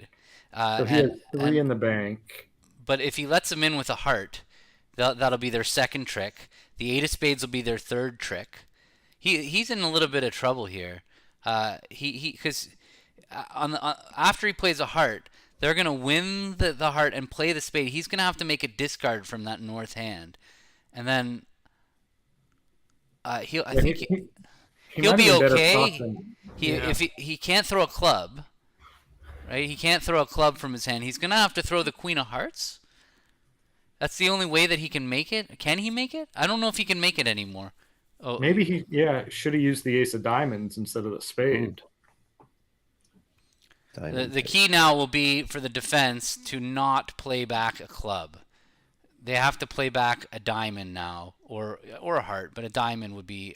It's going to be tough. It's not going to be easy. You're not going to play diamond from Jack 3rd. That's like, although they did just pitch a diamond, so actually he knows the shape at this point because he knows Declare started with 3 spades and 4 hearts, and he probably knows from partner's club spot. I don't know what club spot was led. The 4 was led on this hand, and the 2 was in dummy. So if he knows that Declare's got 4 hearts and 4 clubs, then he knows Declare has just stiffed his diamond, and so playing a diamond cannot be wrong. And it's that 7 of clubs. The problem is that if he plays a club now, Declare is going to be able to take 2 club tricks. It's going to go 9 Jack King, and then the 8-7 are going to take a trick. But if he plays back a diamond, now Declare is going to be stuck playing a club out of their hand. And when Declare leads a club, East can play low and let West win the 9. It could get messy. It's perfect defense here, makes it easy. But a diamond honestly makes it the easiest possible because you can set up a diamond trick. Oh no, it gets a little. Do they get he might be able. Hold on a second. On a diamond back, he can win the king of diamonds, cash the king queen of hearts, throwing 2 diamonds, and then lead the jack of clubs. Right. And then somebody's gonna have to give him the ace of diamonds at the end. I hope he does that. Let's see that happen. That would be sweet. Here he is. Yeah. Mech's got his chance. In fact, what's gonna happen is he's gonna take the king of diamonds, he's gonna cash the king queen of hearts, and then he's gonna think about it for a little, unless he's been spending this whole time thinking about it, and he's gonna decide, is it right for me to play the jack of clubs or the 8 of clubs? Let's see. Mech has got the opportunity here.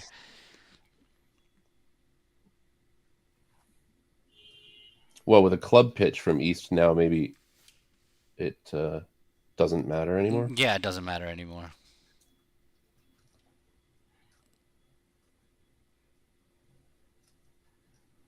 Well, now it really doesn't matter. Mm-hmm.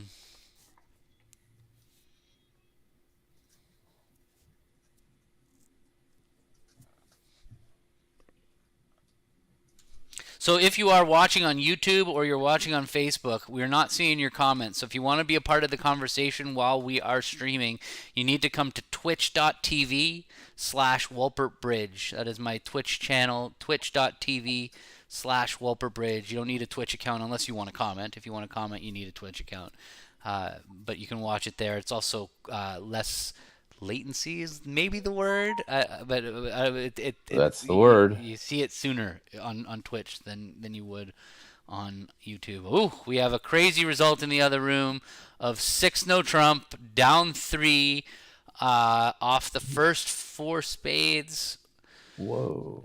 So what happened here? It's going to go a heart pass, and we're going to see what the North. I hope Mexstroth bids 2 clubs game forcing. This is very important not to bid a spade with this hand, because it's so hard to find to establish a game force after a heart pass a spade. So you must set the game force with 2 clubs, and then you fit hearts on your next turn. When you bid a spade with the North hand, you run a risk of partner rebidding 2 diamonds or 2 hearts, both of which are very difficult to set a game force. So let's take, for example, if it goes a heart, pass a spade, pass 2 diamonds. Now, North, in order to set a game force, has to bid 3 clubs, and they still haven't shown their heart fit. And so now it goes pass, and South has to bid over 3 clubs something. Let's say South's bid is 3 no trump. Now North's first chance to support hearts is by bidding 4 hearts. So you never really have an opportunity to set hearts and look for slams. So there you see Mech bids 2 clubs game forcing. It's much more efficient. South can bid 2 diamonds, and now North can establish the heart fit very efficiently. This is a very, very important. And notice that it's 2 clubs and not 2 diamonds, right? Almost everyone at the high level now is playing 2 diamonds, shows 5. And again, that just saves a lot of room, and it makes your diamond bids real. So 2 clubs, occasionally is a doubleton, right? One of the modern trends in bridge has been focus on the majors. You can lie a little bit about the minors, and then it's become lie more about clubs and make diamonds a little bit more real. Mm-hmm. So right? That's why you see some people with 4-4-3-2 shape opening a club, right? Because they want their 1 diamond to always be 4. So here it's interesting. I would play after 2 hearts, and I think the standard way to play after 2 hearts is that opener shapes out their hand on their 3rd bid. So opener showed 5 hearts and 4 diamonds. So my normal 3rd bid there with the opener's hand would be to bid 2 no trump to show 5-4-2-2, and that for me, raising to 3 hearts like he did today.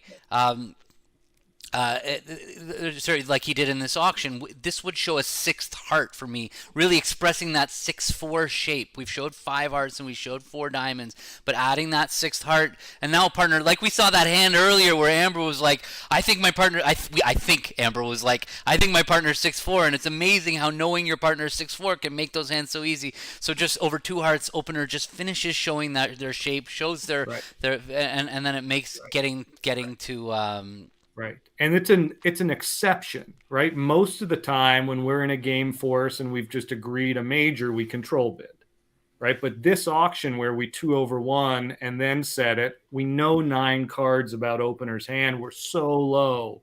Using that opportunity to shape out is huge, right? Especially when opener can now show a 3-card 3rd suit and imply shortness in the 4th suit. Yeah, there's nothing super urgent about being able to show controls at the 3 level. Right. Gavin, someone asked a little while ago, would you bid 1 spade or 2 clubs with Mech's hand if he was 4-2 in the majors? Like, Yeah, I just think you're supposed to Clubs. set the game force always. It's just so hard after a heart of spades something to set the game force that it's just And so much better. after a heart 2 clubs, if partner's 4-5 in the majors, they're probably bidding 2 spades, and you find your fit anyway.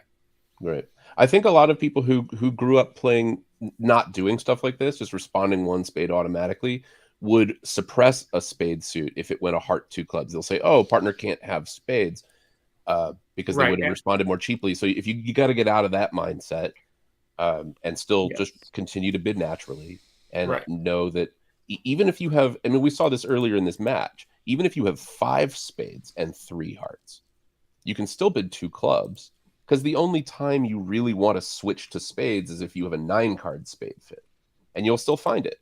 It'll go a heart 2 clubs, partner will bid 2 spades, and you'll say, "Oh, I'll just raise spades now on my 5-card suit." Yeah, that Or was I started teaching a whole course on my system that I play, and basically the first thing that I taught was 2/1, and that exact concept that it just that you don't need extra values to reverse in 2/1, that you're just all about showing your shape. That was it's the modern way. It's yeah, you taught me this concept in a hotel room in Arizona. okay. You remember where? You remember when? Well, It's we were at funny. the it was at the trials, and Uh, I think okay. I was kibitzing a late round, and this came up in one of the things, and the whoever it was we were watching, and maybe the semifinals, responded a spade instead of responding 2 clubs, and everyone in the room was like, you and Cran and Vince, everyone in the room just started yelling. Like, everyone was really upset. That's fun. And yeah, it was the 5-3 hand. So interesting here, with 5-5, Maxtroth is not using unusual 2-no trump. I don't know what their system is. Yeah, it is interesting. Maybe it's because he has 3 spades that he felt like he didn't want to just preempt the side out of the spade suit. You know, you could imagine if partner's got 6 spades and a stiff heart, that or 5 spades. That this hand is a Yeah. great. North has a great hand if partner's Yeah. got spades. So that's probably what was. I imagine that if one of his spades was a diamond, he would have probably just bid unusual 2-no trump. Yeah. That or he's afraid of going for a number. I don't know. That could be another part of Yeah, it. his partner's a passed hand. Some people would bid with Zia's hand in first seat, maybe open 2 hearts. It's not great 5-3-3-2, but those hearts are pretty good. I know you would open that hand 2 hearts. Well, yeah. Look at these opening bids. It's tough to play against these 10-point opening bids. Although Only 2 diamonds with that many no, diamonds. it's alerted. It looks like it's Yeah. inverted. Yeah, it's Yeah. inverted. Yeah. Yeah, invitational Still. or better.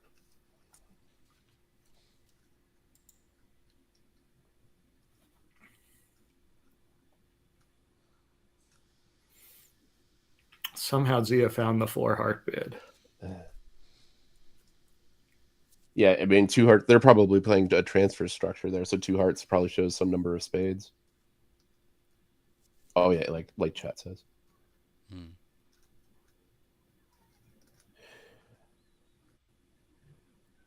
Interesting problem for East. She knows that her partner's got an unbalanced hand. They play their 1 diamond bid is it shows diamonds 4-4-1 or 5-card diamond suit. So she knows she's got a bigger fit. So she's I think she sacrificed has here. to. And Yeah. the defense has to be they have to be careful. They have to not try to take 2 rounds of hearts. They really do have to shift to clubs quickly because the ace queen fourth of spades is going to throw away a club. But actually, just to look at we are making 5 hearts. Or no, not necessarily. They have to find a spade lead. Sorry, I'm looking at the result, just seeing that they made 5 hearts doubled in the other room. +1. That's because they were able to draw trumps and throw away their spade losers on the clubs. Let's see if East-West can actually find a spade lead here and beat 5 hearts. I mean, Amber knows that there's not a lot of heart diamonds cashing, right? Since she knows there's a 5-card diamond suit over there.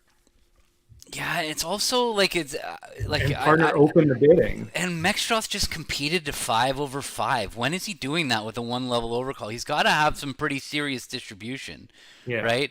But he's definitely not 5-5 in the majors, because that he would have bid Michaels on. I don't care what his 3-card minor is. He would have definitely bid Michaels. So it's probably got hearts and clubs in this spot. So like leading a spade is not insane. It's a little difficult to lead it from a king into the stronger of the two hands. Lefty's hitting with a weak hand and righty's. Right. But how strong is he? He just bid 5/5. Like it's definitely a distributional 5 bid. It's not impossible to find this spade lead. I wonder what the auction was in the other room. It is true. Alex is saying in the chat, it's true that the ace of diamonds looks like a normal lead, but remember that Amber knows they have at least an 11 card fit. And Jeff just bid 5/5. And they bid 5/5. There's a lot of things pointing away from it. So in the other room, it was a completely different auction. South opened a weak 2 bid with the 5-3-3-2 hand. Well, there's the ace of diamonds. Oh, no. So it's a push. You'll watch as declare. I'm going to guess that how many tricks is he going to play before he claims? He's going to rough the diamond. He's going to have to draw 2 rounds of trumps. This is the kind of hand where you kind of would say to your opponent, because you have the 10 and the 9 of clubs, it's a little bit complicated, but like you might say like, how are the clubs breaking? And then you just claim. It's kind of, for the question of how slow are you allowed to play in these high-level bridge competitions? You do tend to play really slow, but you also really try to find ways to shortcut the time. So like in a spot like this, Mexroth can see he's going to make this. It's just a matter of whether he's going to make 5 or make 6. Because he's always going to be able to throw 1 spade away on the 4th round of clubs, one way or another. But he might not be able to throw away 2. But at this point, you might say like, how are the clubs breaking? And the opponents would just tell you, and then you claim the appropriate number of tricks to save time. Is that more difficult to do with only one person in the room? No, it's much easier. Difficult? Yeah. I like in this spot, I would actually just tell my opponent my hand. I'll be like, I have ace, queen, 10, 5th of clubs. I'm planning on drawing 2 rounds of trumps and cashing the ace of clubs. How many tricks should I claim? That's what I would say to my opponent. Like and they would tell me how many tricks to claim. Like I'm not saying you should try to ask them what are your clubs. I'm saying like you do it in a way that you just get there, because especially with the tablets, it just takes so long to do like everything like mechanically that it's just, or whatever, the laptops. I'm going to call them tablets for the rest of my life, even though we play with laptops. I don't think leading a spade here would mark you as a cheater at all. Like there's, especially when partner has long diamonds. A single hand doesn't mark anybody as anything. No. As long as you're getting leads wrong on a regular basis, nobody's going to be thinking you're cheating when you get a lead. Right. Like this would be like, oh, they got it right. When they're looking at hundreds of hands, you're not going to get in trouble.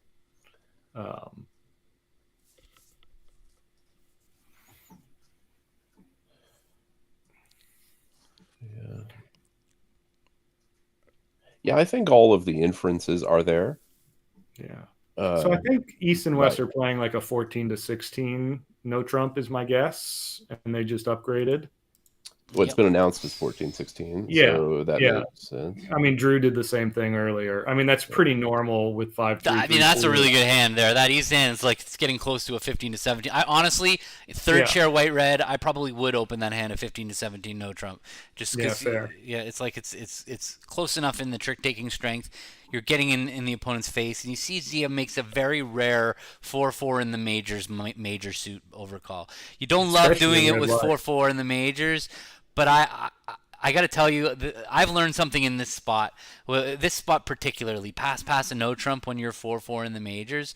I mean, this one's okay because you kind of have an easy-ish lead of the Queen of Hearts or the King of Hearts, whatever your lead convention is. But on these 4-4-1 hands, you have no idea what to lead against 1-0, and so often against 1-0, you're if you lead the wrong suit, you just blow the hand wide open, and the opponents make it, and you're so likely on a hand like in this hand to have some kind of major suit fit that you can make 2 of a major. That I really like. I'm not a fan of 4-4 overcalls with the majors at all, but this spot pass and no trump when you have like an opening hand and you know you hate leading against 1-0. I've been known to save myself from making the wrong lead by just getting in there with the 4-4 in the majors. Not a good idea to do it on a regular basis, overcalling with 4-4 for sure. You want to be 5-4 at least for this bid, but I'm kind of with Zia here that yeah, unfavorable is a little scary. I'm not gonna lie.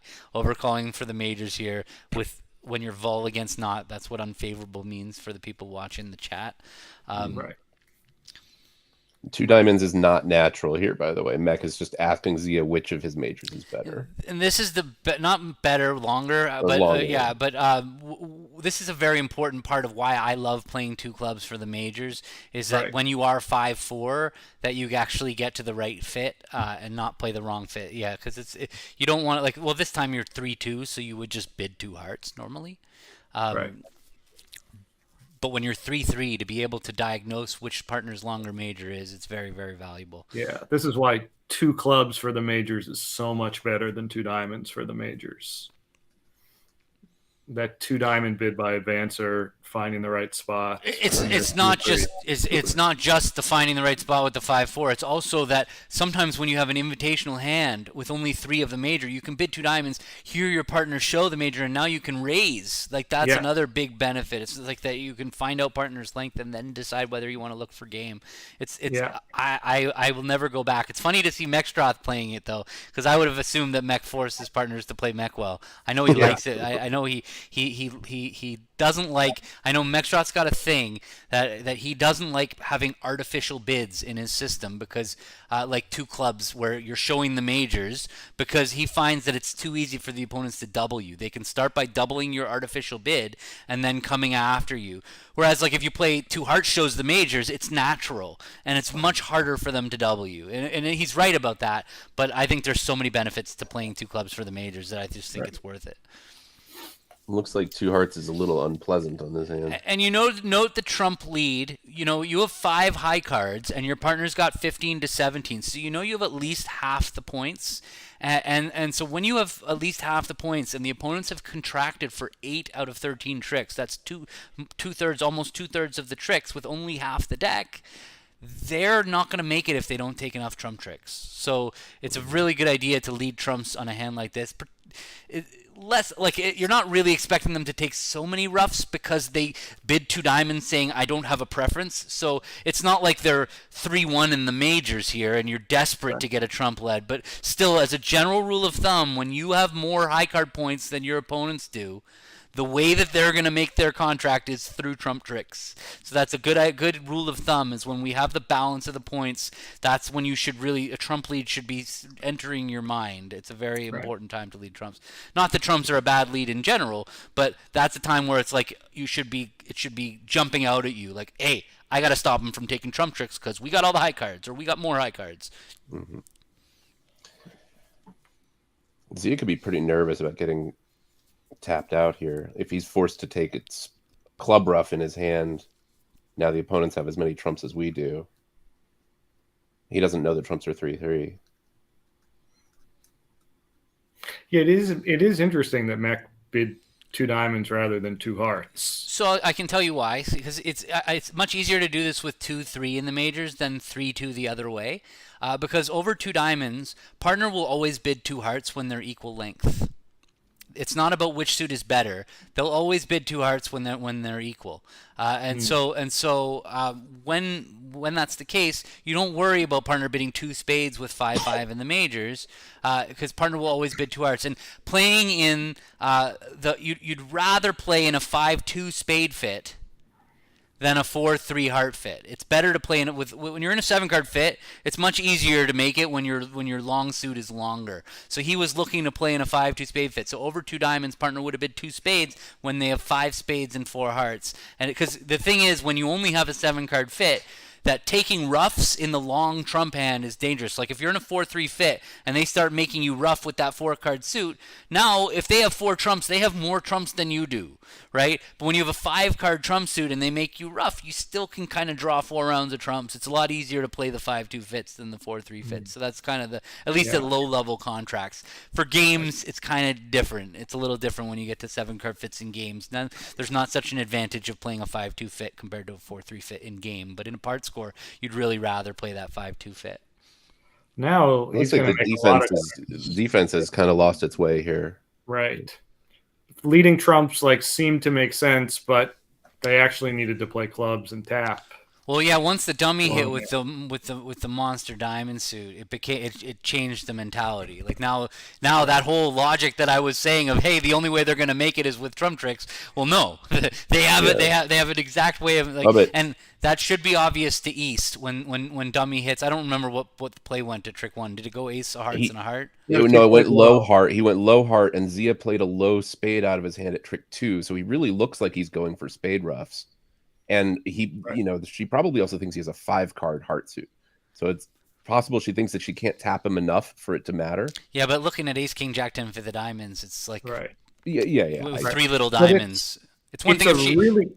It's a really good practical point here that when you want the opponents to lead trumps, make it look like they should lead trumps. You can use your opponent's instincts against them. And when you look like you're trying to rough spades in the dummy, it's just so natural to be like, oh, I'm going to stop that. I'm going to play trumps. And, that's exactly what Zia wanted to. Partner led a trump at trick 1. Looks like he's trying for roughs. It's just so natural. Fell into the trap. Yeah. This is pretty amazing that one room they played 2 hearts down 2, and the other room they played 2 hearts making 5. What are the chances that happens, right? Like how many tricks difference is that? One room took 6, the other 2 almost doubled them up. One room took 11, and the other room took 6. That is mind blowing. Well, I mean, I don't know how they made 6 tricks in the other room, but that is. Yeah, down 2 is I was going to try to see what happened. I mean, I can pull it up too. Whatever. We got a new board over here. You can see. Yeah. No, I'm just gonna. I want this. All right, we get to see another 1 diamond alert opening bid by East, showing an unbalanced hand. South is going to decide whether they should make a weak 2 bid or just overcall a heart. I'm think it's close when you're vulnerable. It's a little risky to bid 2 hearts. Well, by the way, it was played the other direction because it was the same thing. 1-0 trump, 2 clubs showing majors, but North bid 2 hearts to play. Okay. And the trump was led, and it went low trump to the jack at trick 1. So they lost that at trick 1, and then then a diamond was returned, another heart, and then they started the tap, and things just sort of collapsed. Okay. We haven't had a chance to use the board. We haven't seen an opportunity to bring out the board to illustrate something. I was hoping to do something cool with an analysis board like Chess Broadcast, but it hasn't happened. It's hard to do on the fly, I'll tell you. It's one thing when you're teaching and you have a hand in mind and you can quickly bring up the visualization, but it's amazing. I have it ready to go if we ever want to just talk about a situation, but it hasn't been anything exactly right for it though. Yeah. And this one doesn't look like it's going to be. So over this double, I assume North and South play transfers. So this is some sort of constructive heart raise. Not a very good raise, or maybe it shows an honor. But 2 hearts would presumably be weaker. The explanation given is decent raise to 2 hearts. Yes, this is a very common treatment. Transfers after one of a major double, and taking it to a step further when it's a negative double, a major negative double. Right. So the idea is that you're transferring to 2 hearts, and 2 hearts would be the weakest raise, and two diamonds says I'm slightly better than the weakest raise. And 2 clubs would be a transfer to diamonds, which is the Q bid. So that's the best raise. What's so when I was trying to set up these screens to have the analysis board, one thing that chess has that bridge doesn't have is it's you can reduce the size of the board to be pretty small and still have a good idea of what's going on. In bridge, reducing this table to be a portion of the screen and having an analysis board on the second part, it's not the same. It doesn't work nearly as well. So we will like in order to do it, what we would have to do is like I would have to like have it take over the screen. Oh, I needed to be seated there, but let me seat the person. So let me.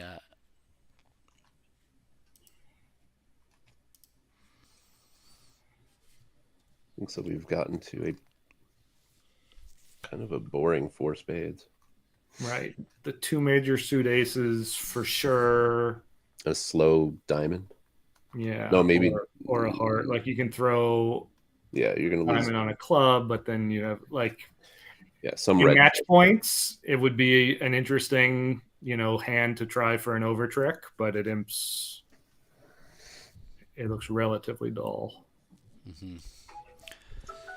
All right, so that seems like a good time to take a look at one of the other rooms. We had an interesting board a long time ago, board 20, where some of the tables bid to slam and some of them didn't. I'm just going to pop it into the screen here. It was this hand, if you remember, it was a 2/1 auction where West opened a heart and East had this complicated hand where we suggested that because you have a heart fit, that it was easier with East to bid to set the game force with 2 clubs, that it makes the auction go a little bit smoother to get to slam. But quite a few pairs missed slam on the. And if you look across the room, 1, 2, 3, 4, 5, 6 pairs missed slam on this board.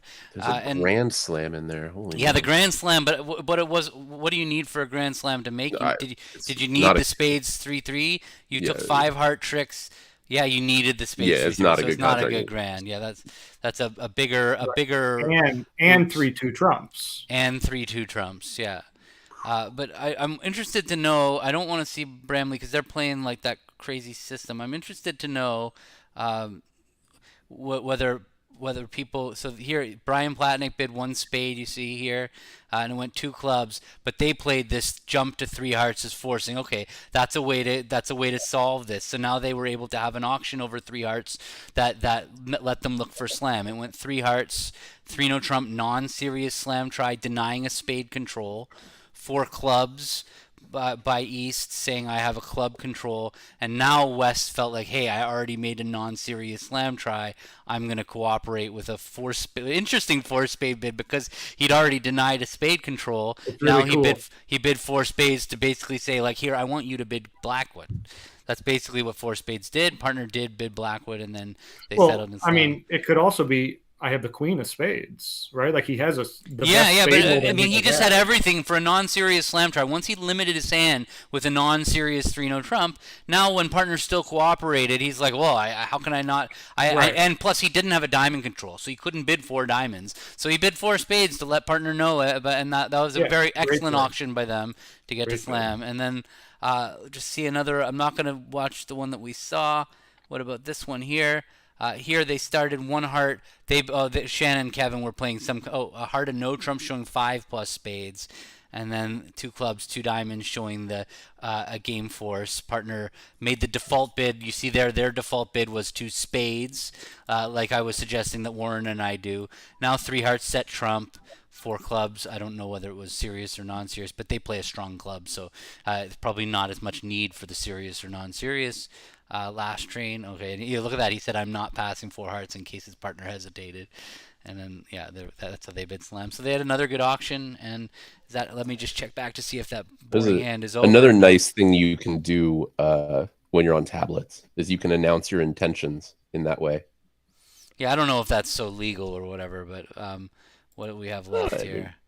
We have Billy and Gary. So Gary also bid a spade, and it went 2 clubs, 2 diamonds. See, it worked out well for them. The partner bid 2 clubs, that they got to bid 2 diamonds, 2 hearts, 3 hearts. And now, what was 3 spades by Billy? Yeah, actually, I guess you could always just pass anyway and say you changed your mind. I don't know. That's weird.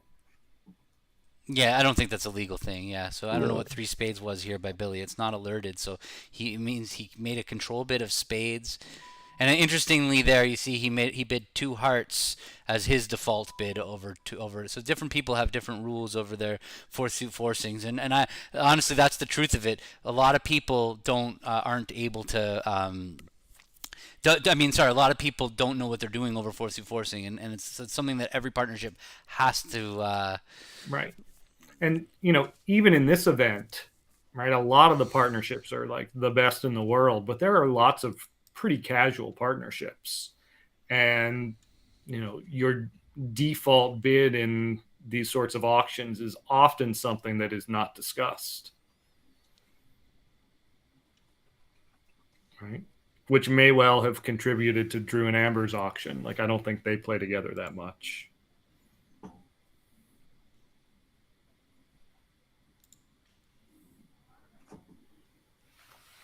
I'm kind of interested to know if anybody found the spade lead on that hand that the 5 hearts doubled. By the way, on this penultimate board that just finished, we're back to board 30, but in the penultimate board, they won an imp because Zia and Jeff broke the frozen diamond suit. What fish? Okay, so the last board of this segment at this table is going pass. An aggressive spade opening in 3rd seat, but perfectly acceptable in 3rd seat. You want a spade lead. It's not hurting anything. You're not vulnerable. Yeah. Nothing bad's going to happen to you. Right. It'll be interesting to see what Mech does. I'm surprised to see a double there, but actually I'm interested to see what lots of people do.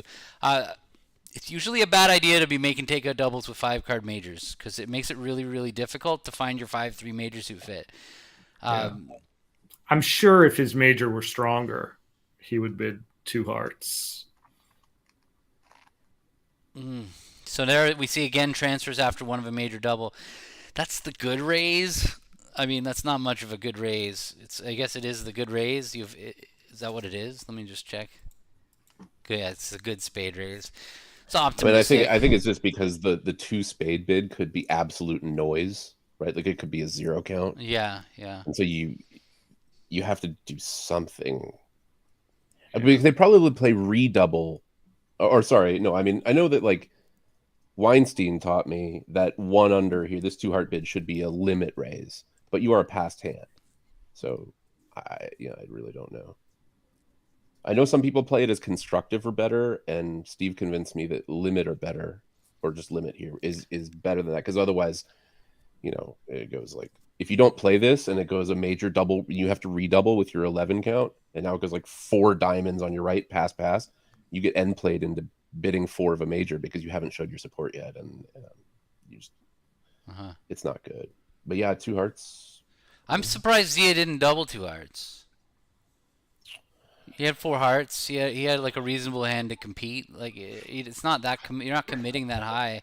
To me, that seems like the bid to double. But Mextroth has come back doubling again. So now I'll be interested to see there. So there, Mextroth. Now Zia was like, well, I didn't bid last time. Now I've got a bid game. Right, and he knows Mech, singleton or void in spades. Maybe Zia was trying to lay in wait for. He was just going to try and defend 2 spades. Maybe that's what he was thinking, is he didn't really want his partner. But I would think you'd want your partner to compete to 3 if partner does compete. Right. Well, he's certainly not laying in wait to defend 2 spades because he didn't pass out 2 spades. Oh, he could pass. I see. But it could have gone 2 spades, pass, and now he could bid 3 hearts. But see, that's too dangerous to me. Like I didn't mean like going after them. Ooh, but they've got the spade lead because they've played it from the south side, and that might be enough. In fact, it's definitely enough to make this hand.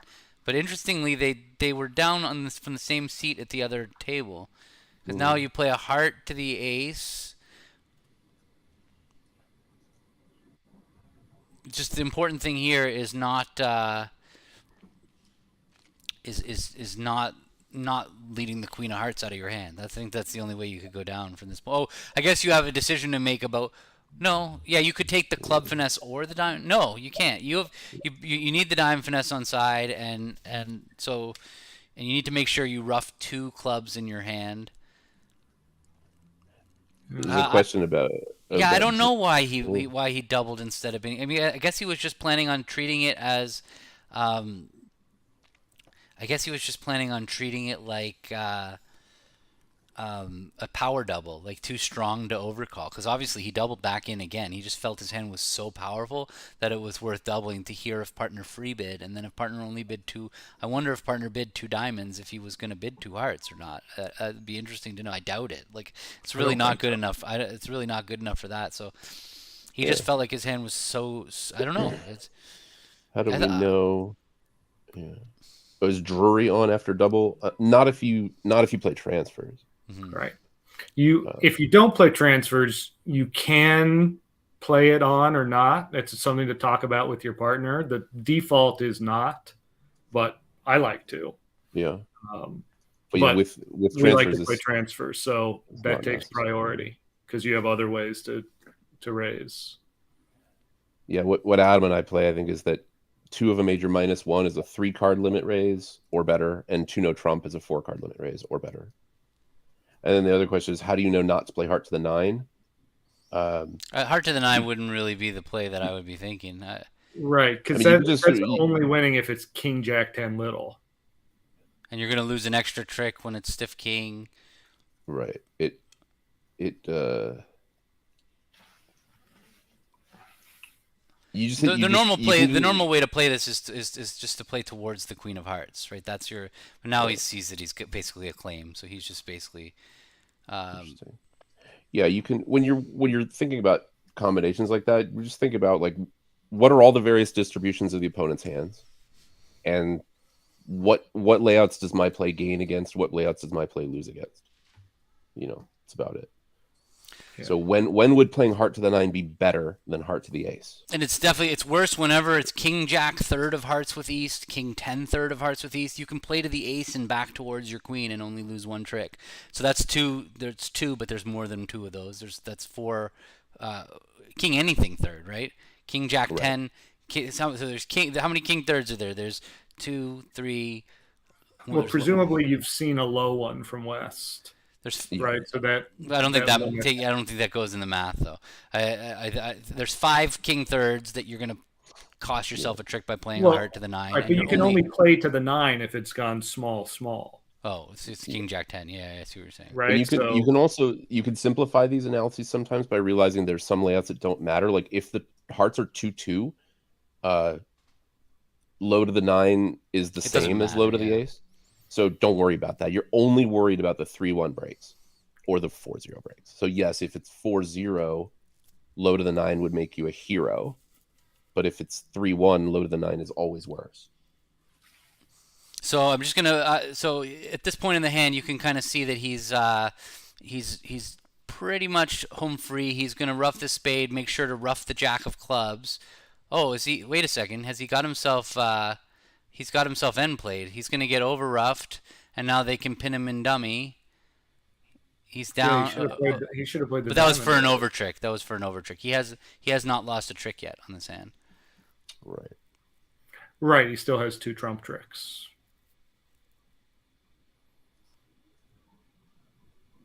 Yeah, and I think he also realized that the opening lead basically gave him the contract. The opening lead gave him the contract, yeah. If it's king jack 10 offside, then you want to play low to the ace and low towards the queen. Then you lose only 1 heart. So just to wrap up this set a little, so this is the scoreboard. You can look. This is the round of 16, and two tables, the number 1 and number 2 seed have not started yet. They'll start again on Wednesday. You can see they've played 2 segments out of 8 so far, and table 1's in a pretty close match between Goodman and Goo. You can see the names of people as I mouse over them. That's the Andy Goodman team playing against the Goo team.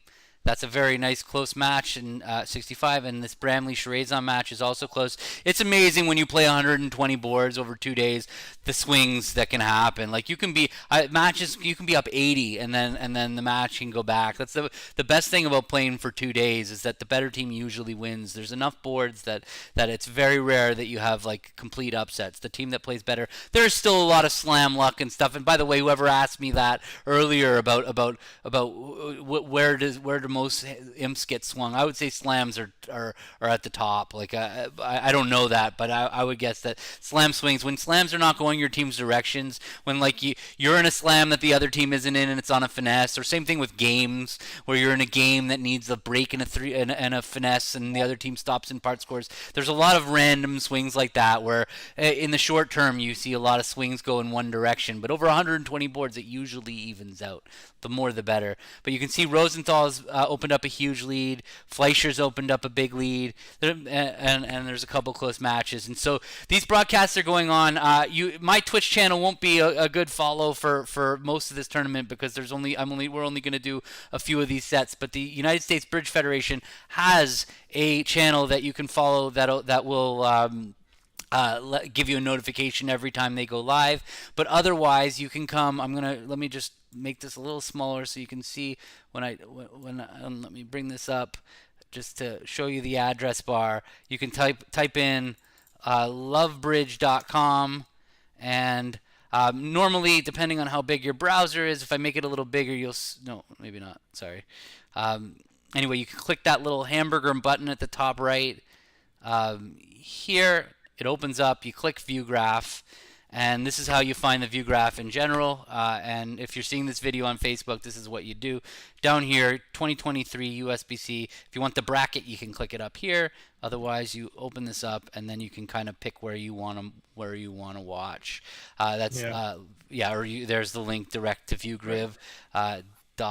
And there's great voice commentary for all of these matches. I know the three of us are going to be back Sunday at 11:30. Is that right? Yeah, and I think I'm going to be back on Wednesday at 1:45. I'm doing a set, and otherwise, I'll be back at some point whenever they schedule me. Mm-hmm. Thanks. I got to drop off. I had a work meeting that started 5 minutes ago, but thanks. This was really fun. Yeah, and, thanks. I'm glad we got the audio issues sorted out. That was like, so glad. I felt like my stomach dropping out from underneath me. Yeah, it was frustrating. It's we got really tech support on it. It's such a helpless feeling when you're live, you're ready to do commentary. Like, I can't do tech support. The fact that you solved that, Greg, was awesome. I literally just typed it into Google, man. That's how, I don't know. But there is an art form to knowing what to type into Google. Anyway, I got to go. I'll see you all again soon. Thank you very much. Someone just said the Berkowitzes are all commenting together. That'll be fun. That'll be fun. I think it's all four of them. So I would recommend that. All right, cool. Well, thanks everybody. We'll see you guys next time. And if you are watching this, follow the Bridge Winners page or follow my YouTube if you're found it on YouTube or on Twitch or wherever you do. Subscribe, and there's more content that comes that's not related to this tournament. But anyway, all right.